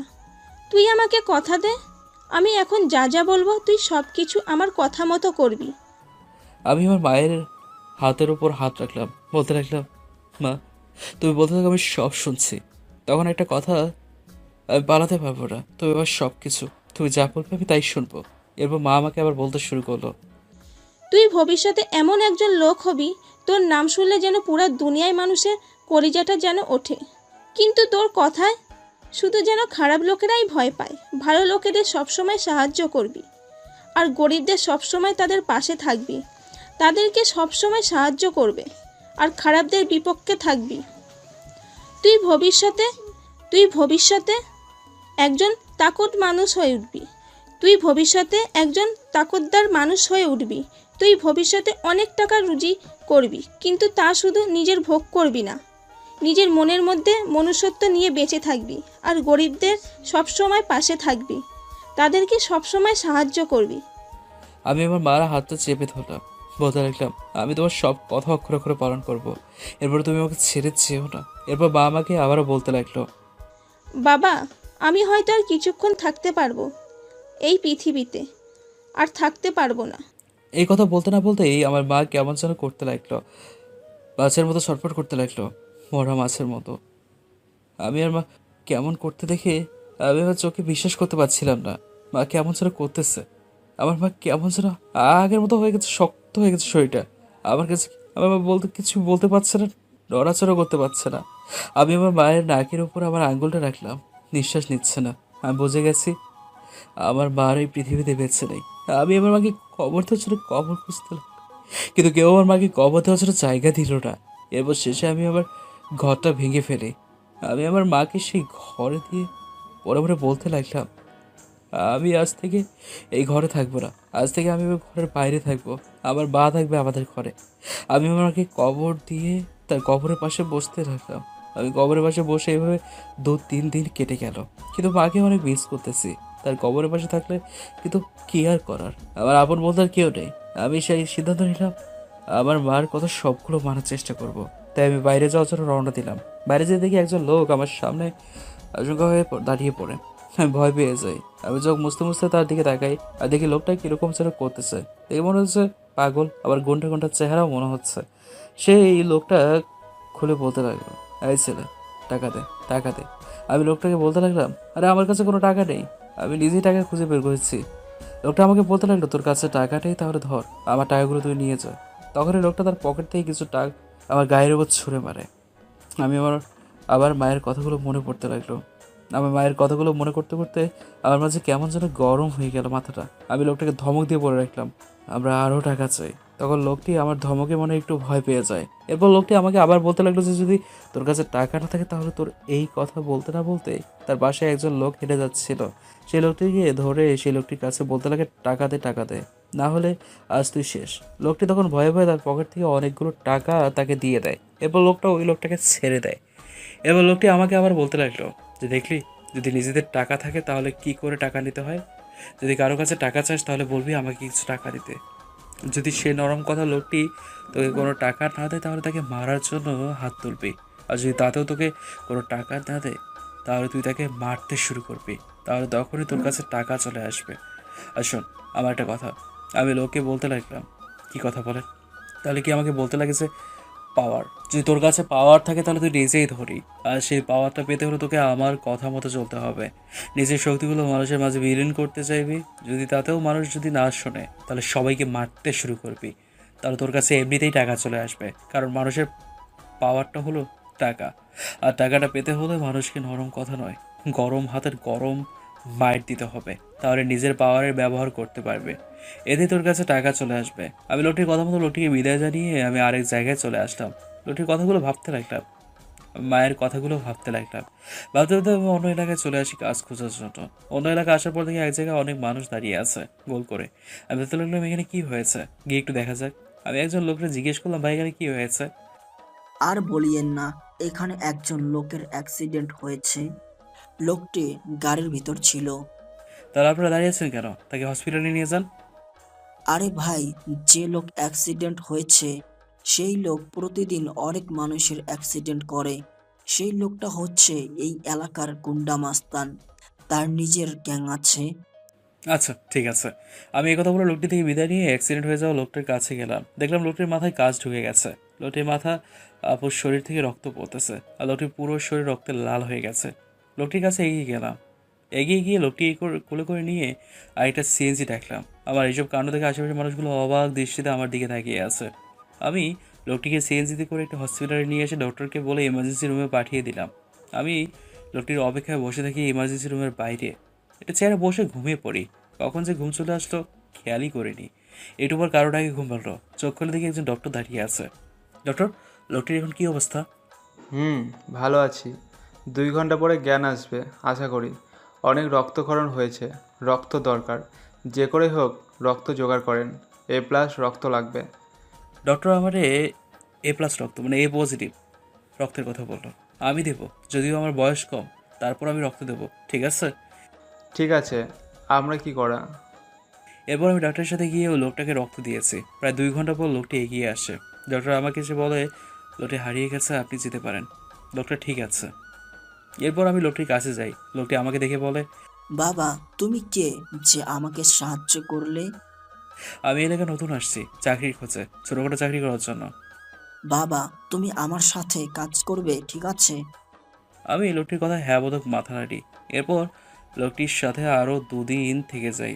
এরপর লোকটির সাথে তার বাসায় আসি। তার বাসায় আসার পর আবার জীবনের সব ঘটনাগুলি আমি তাকে বলি। তখন লোকটি আমাকে বলে, সাব্বাস বেটা, তুমি পারবে। জানি না ভবিষ্যতে কী হবে। এরপর আমি লোকটির সাথে যাই। লোকটির খারাপ ব্যবসা করে, হিরোইন, আফিম, বেআইনি অস্ত্র ইত্যাদি আরও অনেক কিছুই তার ব্যবসা আছে। আমি তার সাথে যোগ দিয়ে এগুলো করতে চাই, কিন্তু আমার মনে একটাই উদ্দেশ্য, আমি আমার মার সব কথা অক্ষরে অক্ষরে মানব। আমার নাম শুনে সবাই কেঁপে ওঠে। আমি লোকটির সাথে থাকতে থাকতে লোকে অনেকের কাছে প্রিয় মানুষ হয়ে গেলাম, অনেক কাছের। কিন্তু আমি এর ফাঁকে পড়ালেখাগুলো চালিয়ে যেতে লাগলাম। একদিন লোকটি তার গ্যাংয়ের লোকদের সবার উদ্দেশ্যে বলে যে, সবাই শুনে রাখ, আমি মরে যাওয়ার পর তোমাদের বয়স হবে এই নাইম, বস, এই ছেলেটা। সবাই তাদের বসের কথা না করতে না পারে না। তার সাথে আমাকে সবাই ভয় করে, কারণ আমি সব কিছুর মধ্যে কঠোর হয়ে থাকি। একদিন বস মরে যাওয়ার পর আমি বস হয়ে গেলাম। ওই গ্যাংয়ের সব কিছু পাল্টে ফেলি। আমার একটা নাম থাকে, এনআর। এই নামটা শুনে পুরো এলাকা কেঁপে ওঠে। আমি একবার যেটা বলি সেটাই করি, কিন্তু আমার মনে মনে একটাই উদ্দেশ্য, আমি এই ফেতনা ফেসাদ থেকে দূরে যাওয়ার। তাই আমি একদিন ঠিক করলাম আমি এই গ্যাংয়ের বস থাকবো, কিন্তু কিন্তু আমি এই গ্যাংয়ের সাথে থাকবো না, কিন্তু তাদের সাথে অ্যাড থাকবো আর জনগণের মাঝে মিশে থাকবো একজন ভালো মানুষ হয়ে। আমার গ্যাংয়ের আজ থেকে কোনো খারাপ কাজ হবে না, শুধু খারাপ কাজগুলো বন্ধ করে দেওয়া হবে, বিভিন্ন গ্যাংয়ের সাহায্য করে দেওয়া হবে। সবাইকে, আমার গ্যাংয়ের লোকজনকে বলে সবাই আমার কথার সম্মতি জানায়, কারণ যে আমার কথায় সম্মতি জানালো না তার অবস্থা কী হবে সেটা সুযোগ তিনি বুঝবে। তারা আমার গ্যাংয়ের লোকদের বিদায় দিয়ে আমি জনগণের মাঝে চলে আসি। এখনও মাঝে মাঝে গ্যাংয়ের লোকদের কাছে যাই, কোনো খারাপ কাজ করেছি কি না, কিন্তু এখনও কেউ খারাপ কাজ করতে সাহস পায় নাই, আর পাবেও না। আমি এগুলো ছেড়ে দিয়ে আজ আমি জনগণের মাঝে মিশে গেছি, একজন ভালো মানুষ হওয়ার চেষ্টা করছি, কিন্তু মাঝে মাঝে আমার আসল পরিচয়টা দেয়া লাগে। আমি সেটা জানি না, হয়তো সময় সবার কাছে পরিচয় করিয়ে দেয়। আদৌ কি আমি আমার মায়ের কথাগুলো মনে করি? আর আমি চাই না আমাকে দেখে কোনো ভালো মানুষ ভয় পাক। আমাকে দেখে শুধু খারাপ লোকেরা ভয় পাবে, ভালো লোকেরা আমাকে ভয় পাওয়ার কোনো দরকার নেই, কারণ আমি মানুষকে বিনা কারণে কাউকে শাস্তি দিই না। আমার জীবনে এত কষ্ট হয়েছে আমি নিজেও জানি না, কিন্তু আমি এই কষ্টের মধ্যে দিয়ে আমার সুখটাকে ধরে রেখেছি। এই কথাগুলো বলতে লাগলাম, আমাদের এই কলেজের সকল স্টুডেন্টের মাঝে আমার চোখে অনবরত পানি ঝরতে রয়েছে। আমার কথা শেষ হতেই সবাই আমার দিকে একবার করুণ দৃষ্টি দেখালো। দেখলাম অনেকের চোখে পানি জল করছে, আবার কারো চোখ লাল হয়ে গেছে। আমি শিক্ষকদের দিকে তাকাতে দেখি আমাদের প্রিন্সিপাল স্যার, আমাদের আরও শিক্ষক, আবার আমাদের ম্যাডাম, তাদের চোখে পানি জীবনের কাহিনী দেখে। আমি আবার সবাইকে উদ্দেশ্য করে বলতে লাগলাম, হ্যালো গাইস, আমার জীবন আমি অনেক কষ্ট করতে হয়েছে আমাকে, কিন্তু আপনার জীবনে কেউ কষ্ট করেছেন কি না সেটা জানি না, কিন্তু আমার জীবনে আমি অনেক কষ্ট করে আজ এ পর্যন্ত এসেছি। সবসময় আমাকে ভালো দেখে চোখে দেখবেন। আমি আরও কিছু কথা বললাম ছাত্রদের উদ্দেশ্যে। ওইদিকে ইস, ছেলেটাকে দেখলে খুব মায়া হয়। তার জীবনের কাহিনী বলতে বলতে তার চোখ দিয়ে পানি ঝরতেছে আর অনেক কষ্ট হইতেছে, সেটা দেখে বোঝা যাচ্ছে। তার মুখটা লাল হয়ে গেছে, দেখতে খুব হেব্বি কিউট লাগতেছে। মন চাইতেছে ছেলেটাকে ধরে 2 গাল টেনে দেই, কিন্তু সেটা তো করা যাবে না সকলের সামনে। নাইম, আমি তোমার অপেক্ষায় আছি। আমি তো তোমার ভালোবাসায় দুর্বল হয়ে যাচ্ছি। কেন হচ্ছি সেটা আমি জানি না, হয়তো এটাই ভালোবাসা। এদিকে আমি আরও কিছু কথা বলি। আমি সবাইকে বিদায় জানিয়ে আমার জায়গায় বসে পড়লাম। এরপর কিছুক্ষণ পর অনুষ্ঠান শেষ হয়ে গেল। অনুষ্ঠান শেষ হতে আমি বাসায় চলে আসি। আজকে মনটা ভালো নেই। বাসায় চলে এসে ফ্রেশ হয়ে খাওয়া দাওয়া করলাম। একটা মনের শান্তিতে ঘুম থেকে উঠে দেখলাম 7টা বেজে গেছে।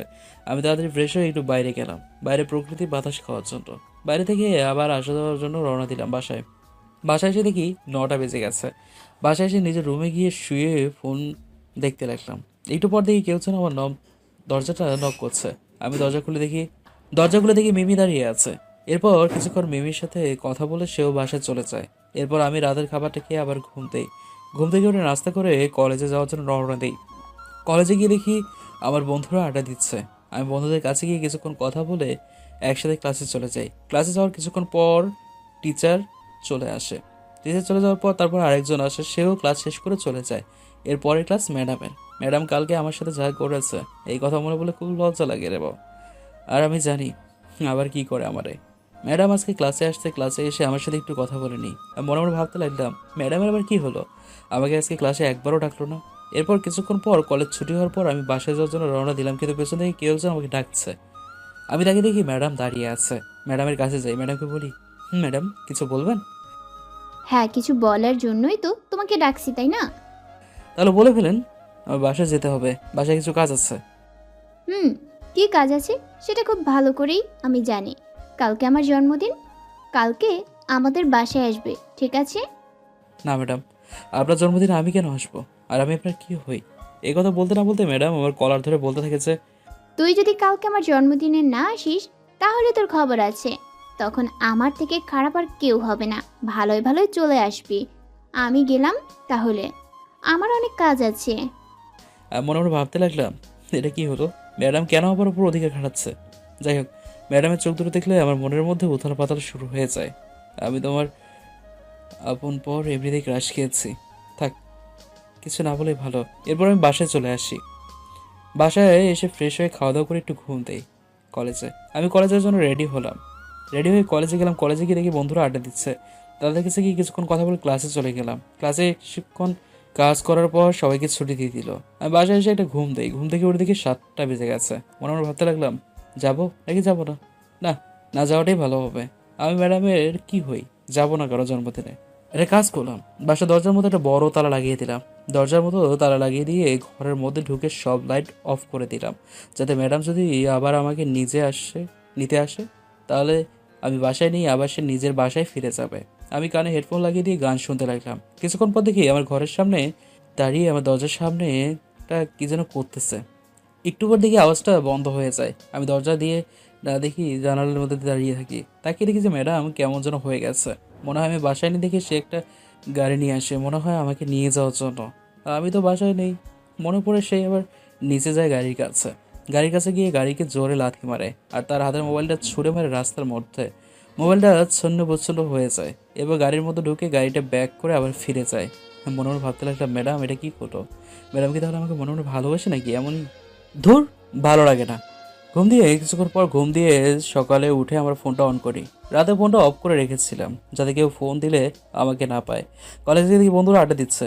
আমি তাদের কাছে গিয়ে কিছুক্ষণ কথা বলে ক্লাস হবে সবাই ক্লাসে যাওয়ার জন্য চলে গেলাম। কিছুক্ষণ পর দেখি একজন পিয়ন এসে আমাকে খুঁজতে থাকে।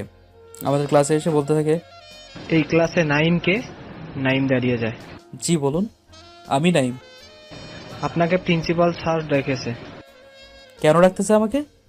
জানি না, আপনাকে যেতে বললো আমার সাথে অফিসে। চলেন। এরপর আমি পিয়নের সাথে অফিসে যাই। এরপর আমি অফিসে ঢুকে প্রিন্সিপাল স্যারকে সালাম জানাই। প্রিন্সিপাল স্যার আমার সালামের উত্তর নিয়ে যা বলে আমি তার জন্য মোটেই প্রস্তুত ছিলাম না। প্রিন্সিপাল স্যার আমাকে বললো, নাইম বসো, তোমার সাথে একটু জরুরি কথা আছে। আমি প্রিন্সিপাল স্যারের সামনে বসে তার প্রিন্সিপাল স্যার বললো যে, তুমি কি তোমাদের ইংলিশ ক্লাসের টিচার আয়রা ম্যাডামকে চেনো? কেন, কি হয়েছে? তুমি কি জানো তোমাদের আয়রা ম্যাডাম আমার মেয়ে? এই কথা শোনার পর আমি পুরো অবাক হয়ে গেলাম। কি?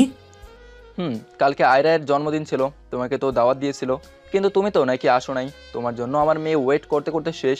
অনেকক্ষণ ওয়েট করার পর যখন তুমি আসলে না, তখন আয়রা বলল যে তোমাকে বাসা থেকে নিয়ে আসবে। আমরা অনেকেই মানা করছিলাম এত রাতে তোমাকে বাসা থেকে নিয়ে আসার জন্য। আমরা অনেকেই অনেক কিছু বোঝাতে লাগলাম তাকে, কিন্তু কে কার কথা শোনে। সে আমাদের কথা না শুনেই তোমাকে আনতে গেল, কিন্তু সেখান থেকে ফিরে আসে একা। আর এসেই কেমন যেন অন্যরকম হয়ে গেছে, মনমরা হয়ে গেছে। আমি তাকে অনেক জিজ্ঞাসা করলাম, অনেকক্ষণ পর সে বলল তোমার পরিচয় দিল আমাকে। তখনই আমি বুঝতে পারি সেটা হলো তুমি। সে ঘরে এসে অনেক কিছু ভেঙে ফেলে, ঘরের অনেক কাছের জিনিস ভেঙে ফেলে। তাতে আমার কোনো আফসোস নেই, কিন্তু আমার মেয়েটার মন মরা হয়ে আছে। আমার একমাত্র মেয়ে বলে কথা। সেই থেকে যে রাতে নিজের রুমে ঢুকে দরজা বন্ধ করে আর এখনও দরজা খোলে নাই। আমার মেয়েটা রাতে কিচ্ছু খায় নাই, আর এখনও কিছু খায় নাই। সকাল হয়ে গেছে, আমার মেয়েটার জন্য অনেক চিন্তা হইতেছে। আমি তোমাকে অনেক খুঁজেছিলাম, কিন্তু তোমার ফোন বন্ধ ছিল। আমার মেয়েকে আমি কখনো এরকম কষ্ট করতে দেখিনি। আজ আমি যা দেখছি, প্লিজ তুমি আমার মেয়েকে একটু ঠিক করে আসো। আমার মেয়েটা তোমাকে অনেক ভালোবাসে, সে তোমার কথা প্রত্যেক দিন বলতো আমাকে। প্লিজ তুমি আমার মেয়েকে ফিরিয়ে দিও না। আমি কথাগুলো শোনার পর থ মেরে বসে আছি। কি বলবো কিছু তো মুখে আসছে না। এরপর নিজেকে সামলিয়ে প্রিন্সিপাল স্যারকে বলতে লাগলাম যে আচ্ছা আপনি কাঁদছেন কেন? আপনি তো আমার অনেক কাছের মানুষ, তাই না? আপনি একটু শান্ত হন, আমি দেখি কি করা যায়। আপনার মেয়ে এখন কোথায় আছে? সে এখন আমার বাসায় আছে, তার নিজের রুমে। ঠিক আছে, তাহলে আমি যাচ্ছি আপনাদের বাসায়। তাড়াতাড়ি যাও, আমার মেয়েকে একটু ঠিক করে আসো। আমি হাবুডুবু মাথা নাড়িয়ে চলে গেলাম প্রিন্সিপাল স্যারের বাসায়। বাসায় গিয়ে তাদের বাসায় কলিং বেল বাজতে লাগলাম, কিন্তু দরজা খুলছে না। অনেকক্ষণ বাজানোর পর একজন মহিলা এসে দরজা খুললো। দেখেই বুঝতে পারলাম এই মহিলা হয়তো আয়রা ম্যাডামের মা হবেন। আমি মহিলাটিকে বলতে লাগলাম যে আপনি কি আয়রা ম্যাডামের আম্মু নাকি? তোমার নাম কি নাইম? আমার নাম নাইম। তোমার কথা শুধু আমার মেয়ে বলতেছে কাল রাত থেকে। সে যে কাল রাতে নিজের রুমে ঢুকে দরজা বন্ধ করেছে আর এখনও খোলেনি। আমরা তোমাকে কত খোঁজার চেষ্টা করেছি, কিন্তু কোথাও পাই নাই। নিজেকে আবার অনেক অপরাধী মনে হচ্ছে। কেন যে কাল রাতে আসলাম না, ধুর ভালো লাগে না। আসলে বা কি হতো? ঠিক আছে, আমাকে আয়রা ম্যাডামের রুমটা দেখিয়ে দেন। চলো। এরপর আয়রা ম্যাডামের আম্মু আয়রা ম্যাডামের রুমটা দেখিয়ে দেয়। আয়রায়ের রুম। আমি গেলাম রান্নাঘরে, অনেক কাজ আছে। এরপর আয়রা ম্যাডামের আম্মু চলে যায়। আমি আয়রা ম্যাডামের দরজা নক করতে লাগলাম। ভেতর থেকে আওয়াজ আসতে লাগলো যে কে ওইখানে? আমি গো আমি। আমি থাকি। আজকে আমার মন দিল ভালো নেই, পরে আরেকদিন ঠিক আছে। এখন যান, আমাকে একা থাকতে দিন। আমি নাইম, আমি তোমার মন ভালো করার জন্য চলে এসেছি। দরজাটা একটু খোলো তো। কি হলো, কথা বলছেন না কেন? আপনি এখন চলে যান। কেন আসছেন এখানে? আমি কেন আসছি সেটা দরজা খুলেই দেখতে পাবেন। আর দরজা না খুললে তাহলে আমি সামান্তার কাছে চলে যাব। তার সাথে একটু পার্কে বসে আড্ডা দেওয়ার মজাটাই আলাদা। তাহলে আমি গেলাম ভাই। এই কথা বলে চলে যাবো, তখনই দরজা খুলে ম্যাডাম আমাকে এক হাত দিয়ে টান দিয়ে খাটের মধ্যে ছিটকে ফেলে দেয়। রুমের দরজা বন্ধ করে দেয়। ম্যাডাম আমার গায়ের উপর শুয়ে পড়ে। ম্যাডামের চোখ আর আমার চোখ এক হয়ে যায়। মনে মনে ভাবতে লাগলাম যে ম্যাডাম বুঝলেন ঘরের মধ্যেও পর্দা করে। আজকে ম্যাডাম একটু ব্লু কালারের বোরকা আর আকাশি কালারের একটা হিজাব দিয়ে মুখ ঢেকে আছে। চোখ দুটো শুধু দেখা যাচ্ছে, চোখ দুটোর নিচে কালো দাগ হয়ে গেছে। মনে হয় পুরো রাত ধরে কাঁদছে, চোখগুলো ফুলে গেছে পুরো। ও মাগো আমার মেরে ফেলো রে। ম্যাডাম আমার মুখটা তার হাত দিয়ে চেপে ধরে বলতে থাকে যে ওই চুপ, একদম চুপ। তুই কালকে রাতে আসিসনি কেন সেটা বল আমাকে। আমি ম্যাডামের হাতটা আমার মুখ থেকে সরিয়ে ম্যাডামকে বলতে লাগলাম যে কালকে রাতে একটা কাজ ছিল, তাই আসতে পারিনি। তুই মিথ্যা বললি কেন?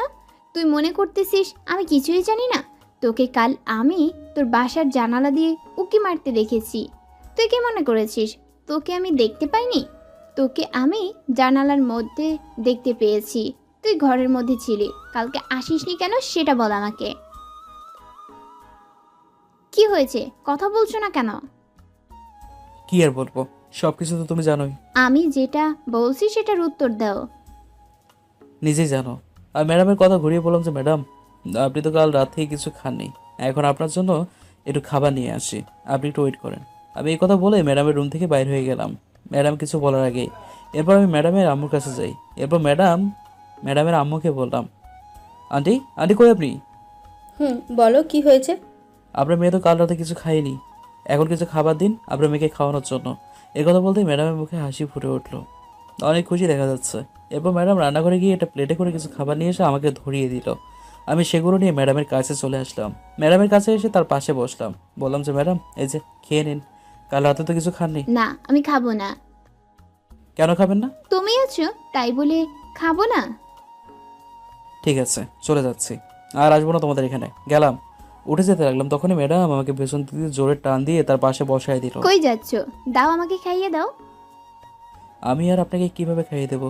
আপনার তো মুখটা তো ঢাকা রয়েছে, একটু খোলেন না। আপনারা তো আমি আজ পর্যন্ত দেখিনি। না থাক, দেখা লাগবে না। আর কেন তোমাকে আমার মুখটা দেখাবো? তুমি আমাকে আমাকে কি? না কিছু না, তুমি আমাকে খাইয়ে দিবে।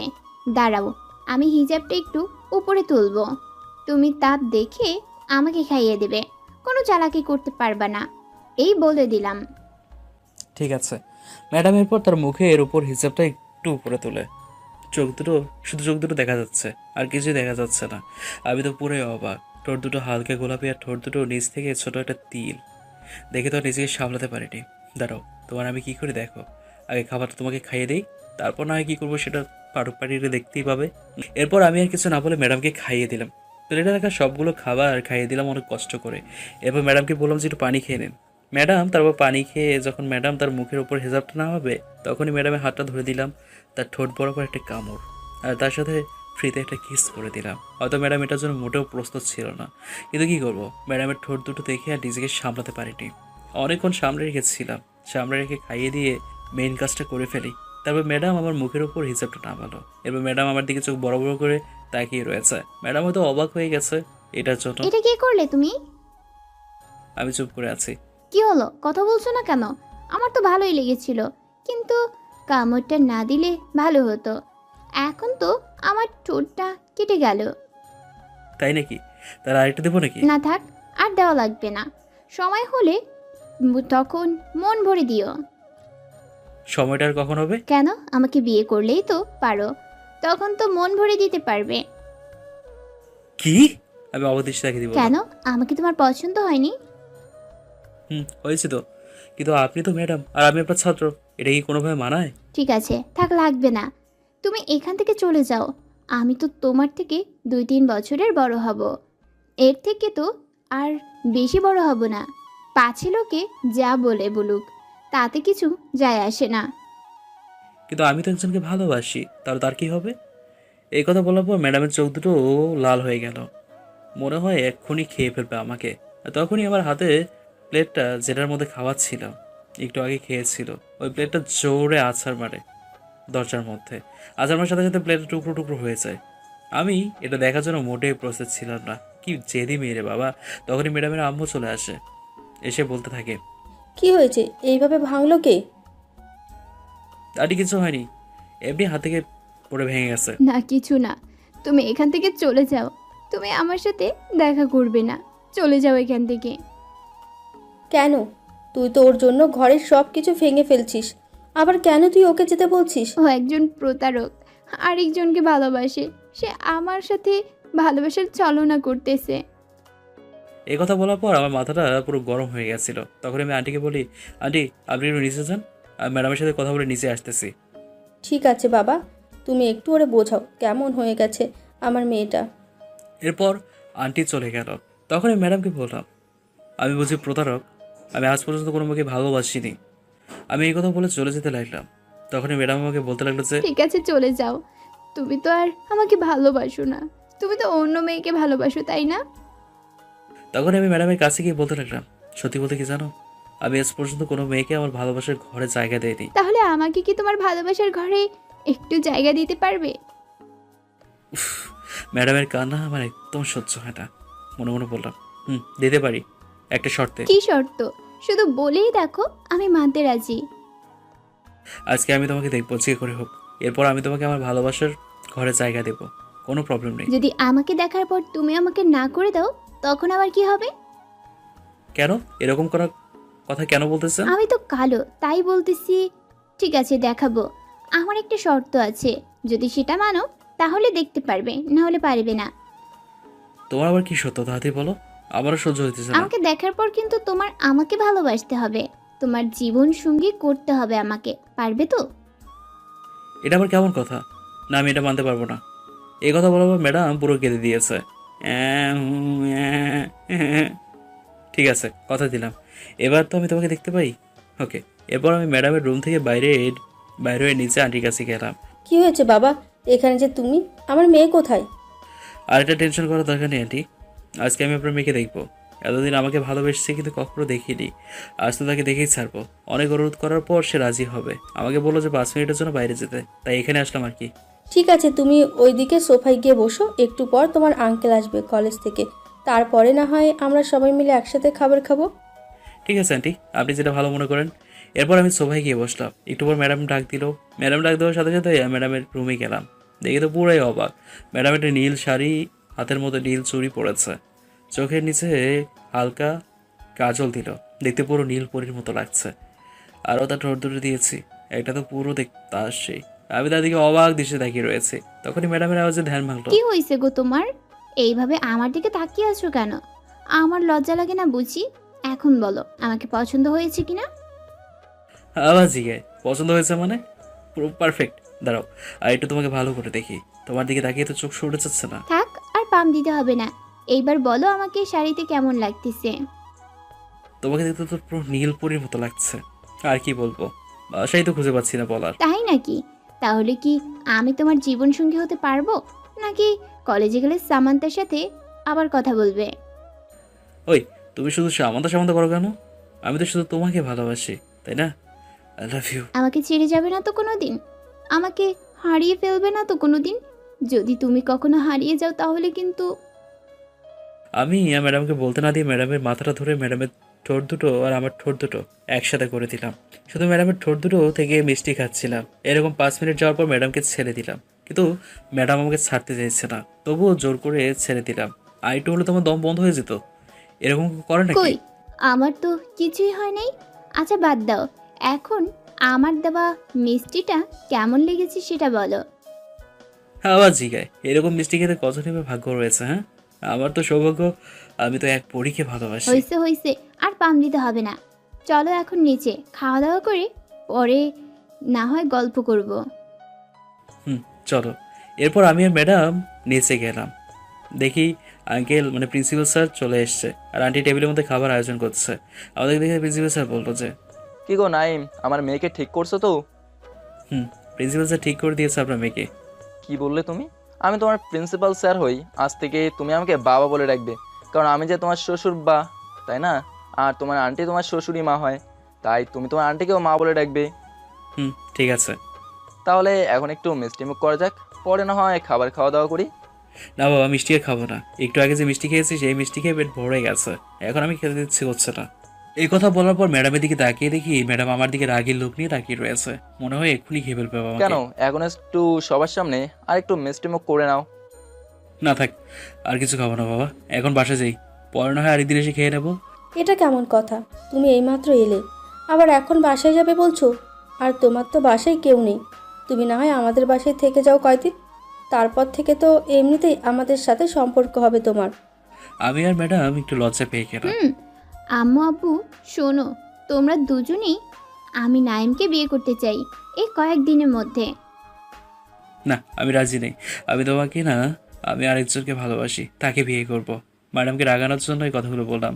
ম্যাডাম এই কথা শোনার পর জোরে দৌড় দিয়ে তার আব্বুকে জড়িয়ে ধরে কান্না করতে করতে বলেছে, দেখছো আব্বু, ও একটু আগে আমাকে কথা দিয়েছে আমাকে বিয়ে করবে, আর এখন বলতেছে অন্য কাউকে বিয়ে করবে। ঠিক আছে, তাহলে সেটাই হোক। আগে নাইমের পরীক্ষাটা শেষ হোক, তারপর না হয় আমরা মেয়ের সাথে তোমার বিয়ে দেবো। আর বাবা আপনি ঠিক বলেছেন, আমি তো ম্যাডামের সাথে একটু মজা করলাম, এই আর কি। আমি বিয়ে করলে আবার পরীক্ষার পর বিয়ে করব, এখন আর বিয়ে করব না, এখন আমার পড়া আছে। আমি অত কিছু বুঝি না, আমাকে বিয়ে করলে আজকে বা কালকে মধ্যে করতে হবে। আয়রা, পাগলামি করিস না, ও তো ঠিকই বলছে, পরীক্ষাটা শেষ হোক তারপর না হয় তাদেরকে বিয়ে দেব। এখন এত তাড়াতাড়ি কিসের? এই তো আমার মা ঠিক আমার মতোই হয়েছে, একেবারে ঠিক কথা বলেছেন। বুঝতে হবে না ছেলেটা কার। না না না, আমি মানি না। এরপর অনেক জোরাজুরিতে ম্যাডামকে রাজি করানো হয়। দিনগুলো এইভাবেই যেতে থাকে। ম্যাডাম মাঝে মধ্যে আমার বাসায় আসে, আমার বাসায় এসে আমাকে রান্না করে দিয়ে আবার তার বাসায় ফিরে যায়। এভাবেই দিনগুলো কেটে যায়। আবার আমি মাঝে মধ্যে ম্যাডামকে রাগানোর জন্য ম্যাডামের সামনে মেয়েদের সাথে হেঁটে এসে কথা বলি, যেন ম্যাডাম রেগে যায়। এরকম দুষ্টু মিষ্টি ঝড়ো চলতে থাকে আমার আর ম্যাডামের মাঝে। এরকম করতে করতে আমার পরীক্ষা চলে আসলো। সব পরীক্ষাগুলো দেওয়ার পর কিছুদিন পরে আমাদের পরীক্ষার রেজাল্ট চলে আসে। রেজাল্টের মধ্যে আমি ভালোই পাশ করেছি, ভালোভাবেই। সেদিন বন্ধুর কাছ থেকে একটু আড্ডা দিয়ে সব বন্ধুর কাছ থেকে বিদায় নিয়ে চলে আসলাম, কিন্তু এটার মাঝে সামান্তাকে ভালো করে বুঝিয়ে দিলাম যে আমি ম্যাডামকে ভালোবাসি। প্রথমে সামান্তা কিছুতেই মানতে রাজি নয়, পরে অনেক বোঝানোর পর রাজি হয়েছে। আমার জন্য শুধু শুধু কেন এই মেয়েটা কষ্ট করতে যাবে। এরপর ম্যাডাম আর আমার বিয়ে হয়ে গেল।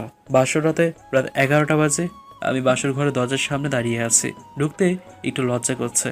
এবার বন্ধুদের ঠেলাঠেলি বাসর ঘরে ঢুকিয়ে দেবে, বন্ধুদের ধাক্কা ধাক্কি দিয়ে বাসর ঘরে ঢুকতে হলো। বাসর ঘরে ঢুকে দরজাটা লাগিয়ে দিলাম। এরপর ম্যাডাম আমার সামনে এসে আমার সালাম করলো। থাক থাক, আর সালাম করতে হবে না, উঠে পড়ো। কেন? আমি আমার জামাইকে সালাম করতেছি, তোমার কোনো সমস্যা? না, আমার কোনো সমস্যা নেই। এরপর ম্যাডাম আবার খাটের উপর গিয়ে বসে পড়ে বড় একটা ঘুমটা দিয়ে। এরপর আমি তার পাশে গিয়ে বসি, তার মাথার উপরে ঘুমটাটা তুলে ফেলি। আজ তো আমার বুকে পুরো লাল পরীর মতো লাগছে। ম্যাডাম, আপনাকে তো সেই লাগতেছে, পুরো লাল পরীর মতো। আজ থেকে আমাকে কোনো ম্যাডাম বলে ডাকবে না, আমাকে আমার নাম ধরে ডাকবে, ঠিক আছে? ঠিক আছে মহারানী। এবার আমি ম্যাডামকে ইশারা দিয়ে বললাম যে চলো না, আমরা দুজনে ওটা করে ফেলি। যা দুষ্টু। এরপর ম্যাডাম আমাকে ধাক্কা দিয়ে খাটের উপরে ফেলে দেয় আর আমার উপর বসে পড়ে। ও মাগো, ও মাগো, আমারে মেরে ফেলেছে। এই একদম চুপ চুপ, কোনো চিল্লাচিল্লি করতে পারবে না। চলো না, আমরা দুজন বাসরাতটা করে ফেলি। দাঁড়াও, বাসরাত করার আগে লাইটটা অফ করো না, না হলে আমার পাঠক পাঠিকারা দেখে ফেলবে তো। তোমার পাঠক পাঠিকারা এত লুচু কেন? এই যান আপনারা, ভাগেন। আর ওদেরকে কিছু বলো না, পরে ওরা রাগ করবে। এরপর আমি লাইটটা অফ করে দিয়ে আমরা দুজন ভালোবাসার সাগরে অতলে হারিয়ে যাই।